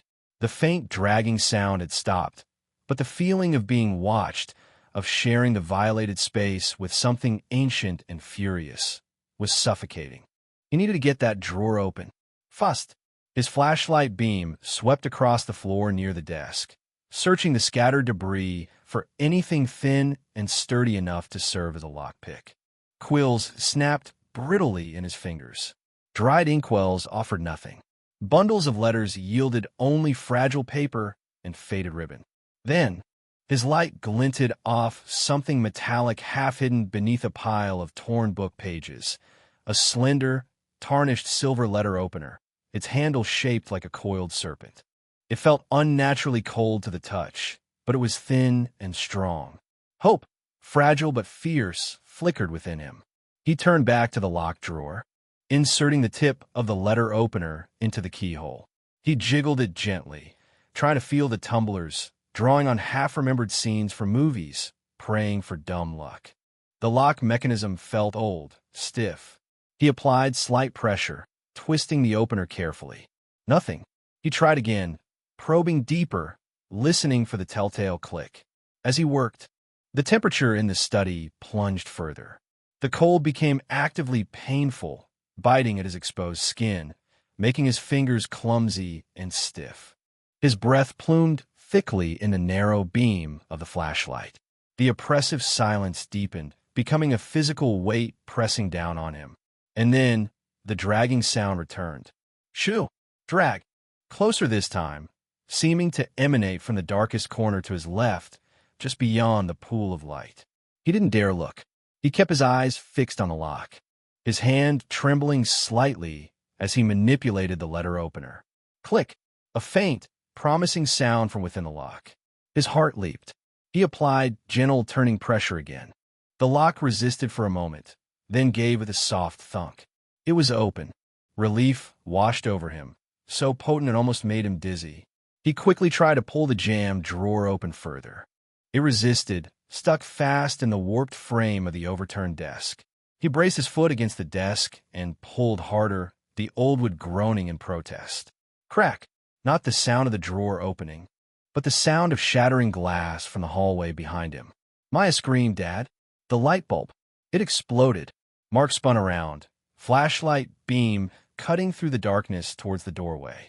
Chloe, Maya, and Leo were huddled together, showered in tiny fragments of glass from the overhead fixture that had finally given up the ghost, plunging the entire second floor into absolute, unrelenting darkness save for his phone's beam. The sudden explosion, clearly not accidental, felt like another deliberate act of aggression from the house or its occupants. "Are you okay?" Mark yelled, his voice tight with fear. "Yes, just scared," Chloe called back, her voice trembling. "Mark, get out of there." He turned back to the drawer, adrenaline surging. The entity in the room was escalating its tactics, trying to frighten them away, trying to plunge them into darkness and confusion. He had to get whatever was inside now. He gripped the edge of the drawer again, ignoring the intensifying cold, ignoring the soft, insidious chuckling that now seemed to emanate from the shadows directly behind him. He pulled with all his strength. The drawer gave way with a final screech of tortured wood, sliding free from the desk frame. It was heavier than he expected. He quickly angled the flashlight beam inside. It wasn't filled with papers. Instead, nestled on faded velvet lining, lay two objects. One was a small, leather-bound ledger, similar in size to Alara's diary, but bound in darker, cracked leather with no title. The other object made his breath catch in his throat. It was a small, circular amulet made of a dull, blackened metal he didn't recognize. It felt intensely cold, radiating a palpable aura of dread that made the hairs on his arm stand on end even without touching it. Etched onto its surface was a complex, disturbing symbol, a spiral turning inwards towards a single, staring eye. As his flashlight beam illuminated the amulet, the temperature plummeted to near freezing. The low chuckling behind him stopped, replaced by a low, guttural growl that vibrated through the floorboards. The dragging sound started again, rapid now. Scrape, drag, scrape, moving directly towards him from the darkest corner. Mark didn't hesitate. He snatched the ledger and the freezing cold amulet from the drawer, shoving them hastily inside his jacket. He scrambled backwards on his hands and knees, away from the overturned desk, swinging the flashlight beam towards the sound. The beam caught it. Not a full view, just a glimpse, but enough to sear itself into his nightmares forever. A towering shadow detaching itself from the corner, impossibly tall, gaunt, with limbs that seemed too long, moving with a horrifying, jerky gait. He couldn't make out features, only a sense of tattered black fabric or perhaps dried skin, and a pair of dimly glowing points of light where eyes should be. burning with cold, ancient hatred. It let out another low growl, a sound that promised violence and madness, and lunged towards him, impossibly fast. "Mark!" Chloe screamed from the hallway. Mark threw himself backwards, crab scuttling out of the study, kicking frantically at the debris on the floor. He scrambled to his feet just outside the threshold, spinning around, flashlight beam fixed on the doorway. The shadowy figure stopped just inside the room, momentarily hesitant to cross the threshold perhaps, its burning eyes fixed on him, radiating palpable menace. "The door!" Mark yelled, adrenaline overriding coherent thought. Block the door.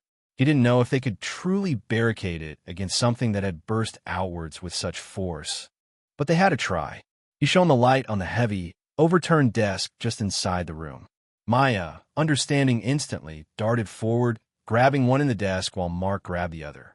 Together, straining with desperate strength, they managed to heave and pivot the heavy piece of furniture, wedging it partially across the doorway, leaning against the splintered frame. It wouldn't hold for long against determined force, but it was a barrier, however flimsy. As they wedged the desk into place, the shadowy entity let out a final, frustrated roar from within the study, and the heavy piece of furniture shuddered violently, pushed from the inside. Then silence. The pressure ceased. The intense cold receded slightly, though the hallway remained unnaturally chilled. They stumbled back from the barricaded door, chests heaving, staring at their makeshift defense. They were out. Mark had the ledger and the amulet, but they had unequivocally angered whatever entity resided within Josiah Blackwood's violated sanctuary. They had its secrets, perhaps, but they had also drawn its full attention. The brief respite felt terrifyingly fragile, like the calm before a final, devastating storm. The checkout time, Mark thought with sickening certainty, was never. Survival meant finding the answers in the ledger, understanding the amulet, and facing the darkness head-on before it consumed them completely. They huddled together in the absolute darkness of the hallway, the only light the narrow, trembling beam from Mark's phone, casting stark shadows that seemed to writhe with unseen threats. The heavy silence following the cessation of the assault from the study felt fragile, temporary. Behind a makeshift barricade of the overturned desk, the darkness within Josiah Blackwood's violated sanctuary felt like a held breath, waiting to exhale pure malice. Leo's sobbing had subsided into ragged, terrified whimpers, muffled against Chloe's chest. Maya leaned against the wall, breathing heavily, her eyes darting nervously between the barricaded door and the impenetrable darkness surrounding them. "We can't stay here," Chloe whispered, her voice strained. "It's too exposed." Mark nodded, his mind racing. They needed somewhere relatively defensible. Somewhere to examine the ledger and the strange, cold amulet burning against his skin through his jacket pocket. Back to the master bedroom, he decided. It's out windows, maybe the fog's lifted, and it's at a fireplace. We have the poker. It felt flimsy, but it was the best option they had, keeping the flashlight beam directed towards the barricaded study door. Mark urged them back down the hallway, moving cautiously, listening intently for any sound over Leo's quiet sniffles. The house remained unnervingly silent, as if gathering its strength. They reached the master bedroom, pushed the door open, and quickly entered, Mark immediately wedging a rickety wooden chair they found inside under the doorknob. Another flimsy defense, but necessary for peace of mind. The room was freezing, the gray pre-dawn light barely penetrating the grimy windows and the thick fog that still clung stubbornly outside, dashing Mark's faint hope of escape. The bloodstains on the walls seemed darker, more menacing in the gloom. Mark shone the flashlight onto the hearth. "Okay," he said, trying to inject a sliver of normalcy. "Let's see what Josiah knew." He carefully pulled the small, dark leather ledger and the cold, blackened metal amulet from his jacket. He placed the ledger on the dusty floor, but held onto the amulet for a moment longer. It felt heavier than it looked, and the cold emanating from it was intense, almost painful, leaching warmth from his fingers. The strange spiral and eye symbol etched onto its surface seemed to almost writhe in the flashlight beam, drawing the eye inwards, promising forbidden knowledge and madness. He felt a strange pull towards it, a morbid curiosity, but also a profound sense of dread. He quickly placed it on the floor beside the ledger, rubbing his chilled fingers. "What is that thing?" Maya asked, eyeing the amulet warily. "I don't know," Mark admitted, "but it feels bad." He picked up the ledger, its cracked leather cover cold beneath his touch. He carefully opened it, the old pages brittle and smelling faintly of dust, decay, and the ozone tang from the study. The handwriting inside was cramped, agitated, starkly different from Alara's elegant script. It was Josiah Blackwood's hand, chronicling his descent into the manor's secrets. Chloe knelt beside him, pulling Leo onto her lap, while Maya leaned close, all three of them straining to read the jagged script in the single, moving beam of the flashlight.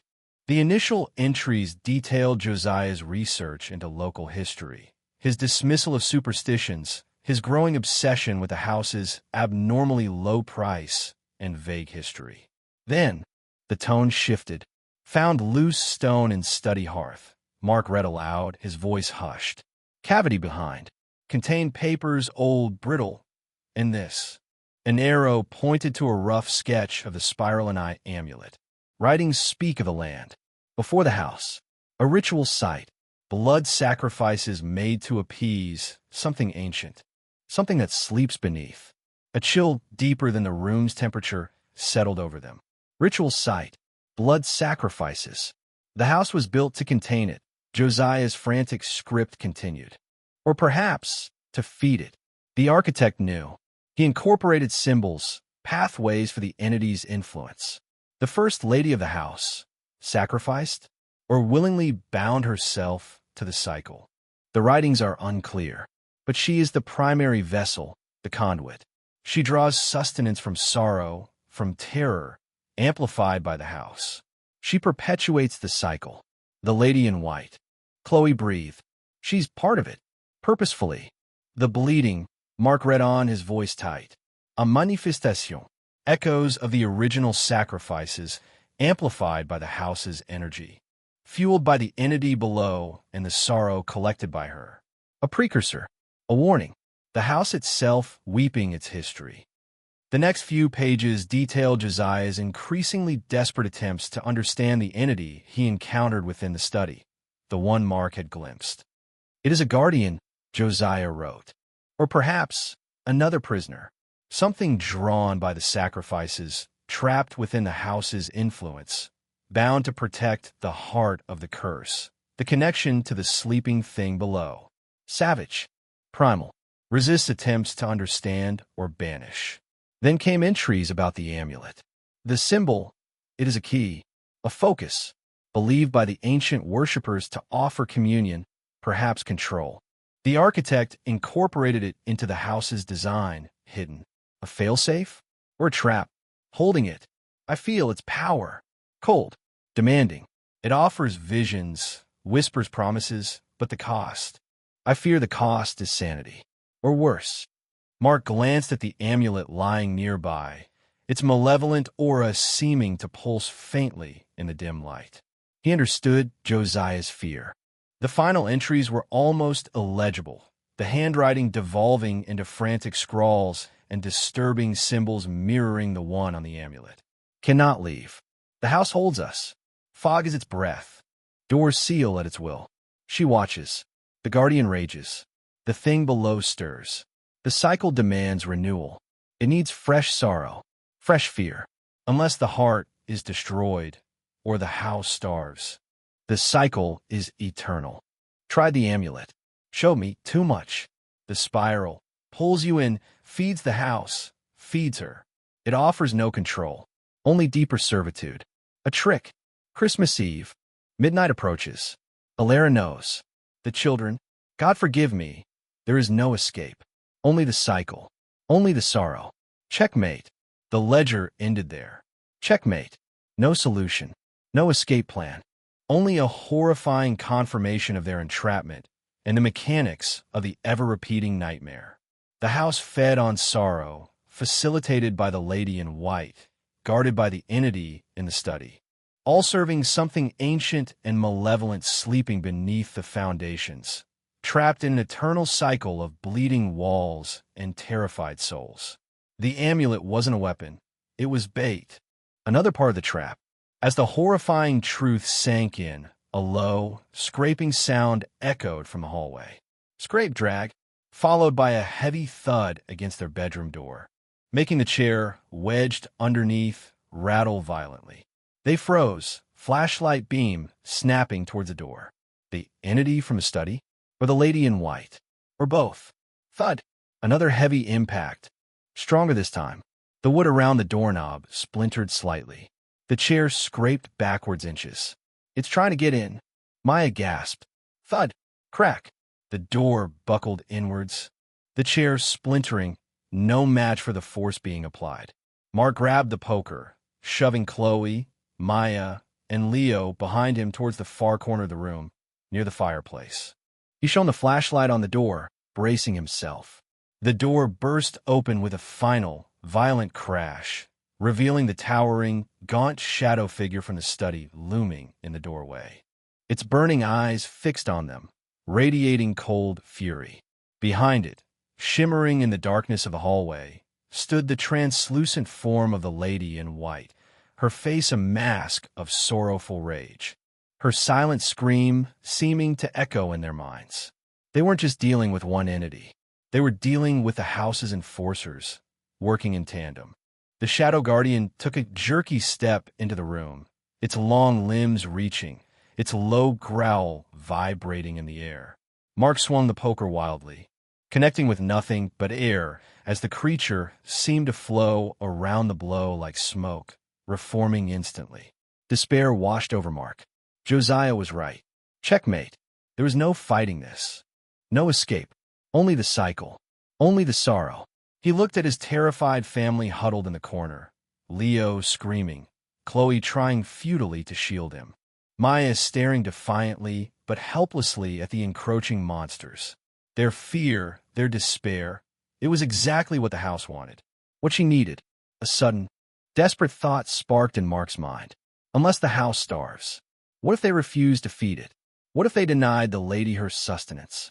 It was a long shot, perhaps impossible, but it was the only straw left to grasp at. Don't be afraid, Mark yelled, turning not towards the monsters, but towards his family. Chloe, Maya, Lau, don't give them your fear. Don't feed them. Think of home. Think of sunshine. Anything. Starve them. He tried to push his own terror down, focusing on an image of a sunny day at the beach, laughing with his family before the job loss, before Blackwood Manor. Chloe, understanding his desperate gamble, pulled Leo tighter, whispering frantically in his ear about puppies and birthdays, trying to replace his screams with other thoughts. Maya squeezed her eyes shut, visibly concentrating, trying to block out the encroaching horror. The Shadow Guardian hesitated, its burning eyes flickering slightly, the low growl faltering. The lady in white shimmered, her form seeming less substantial for a fleeting moment. Her silent scream, laced with frustration, it wasn't enough. The creatures advanced again, the weight of the house's ancient hunger, the sheer power of the entities, too strong to be denied completely by willpower alone. The Shadow Guardian reached for Mark, its touch icy cold, promising oblivion. Suddenly, Leo, peering over Chloe's shoulder, pointed not at the monsters, but at the amulet lying discarded on the floor near the hearth. The shiny, he cried out, his fear momentarily replaced by a child's fascination. It's glowing. Mark risked a glance.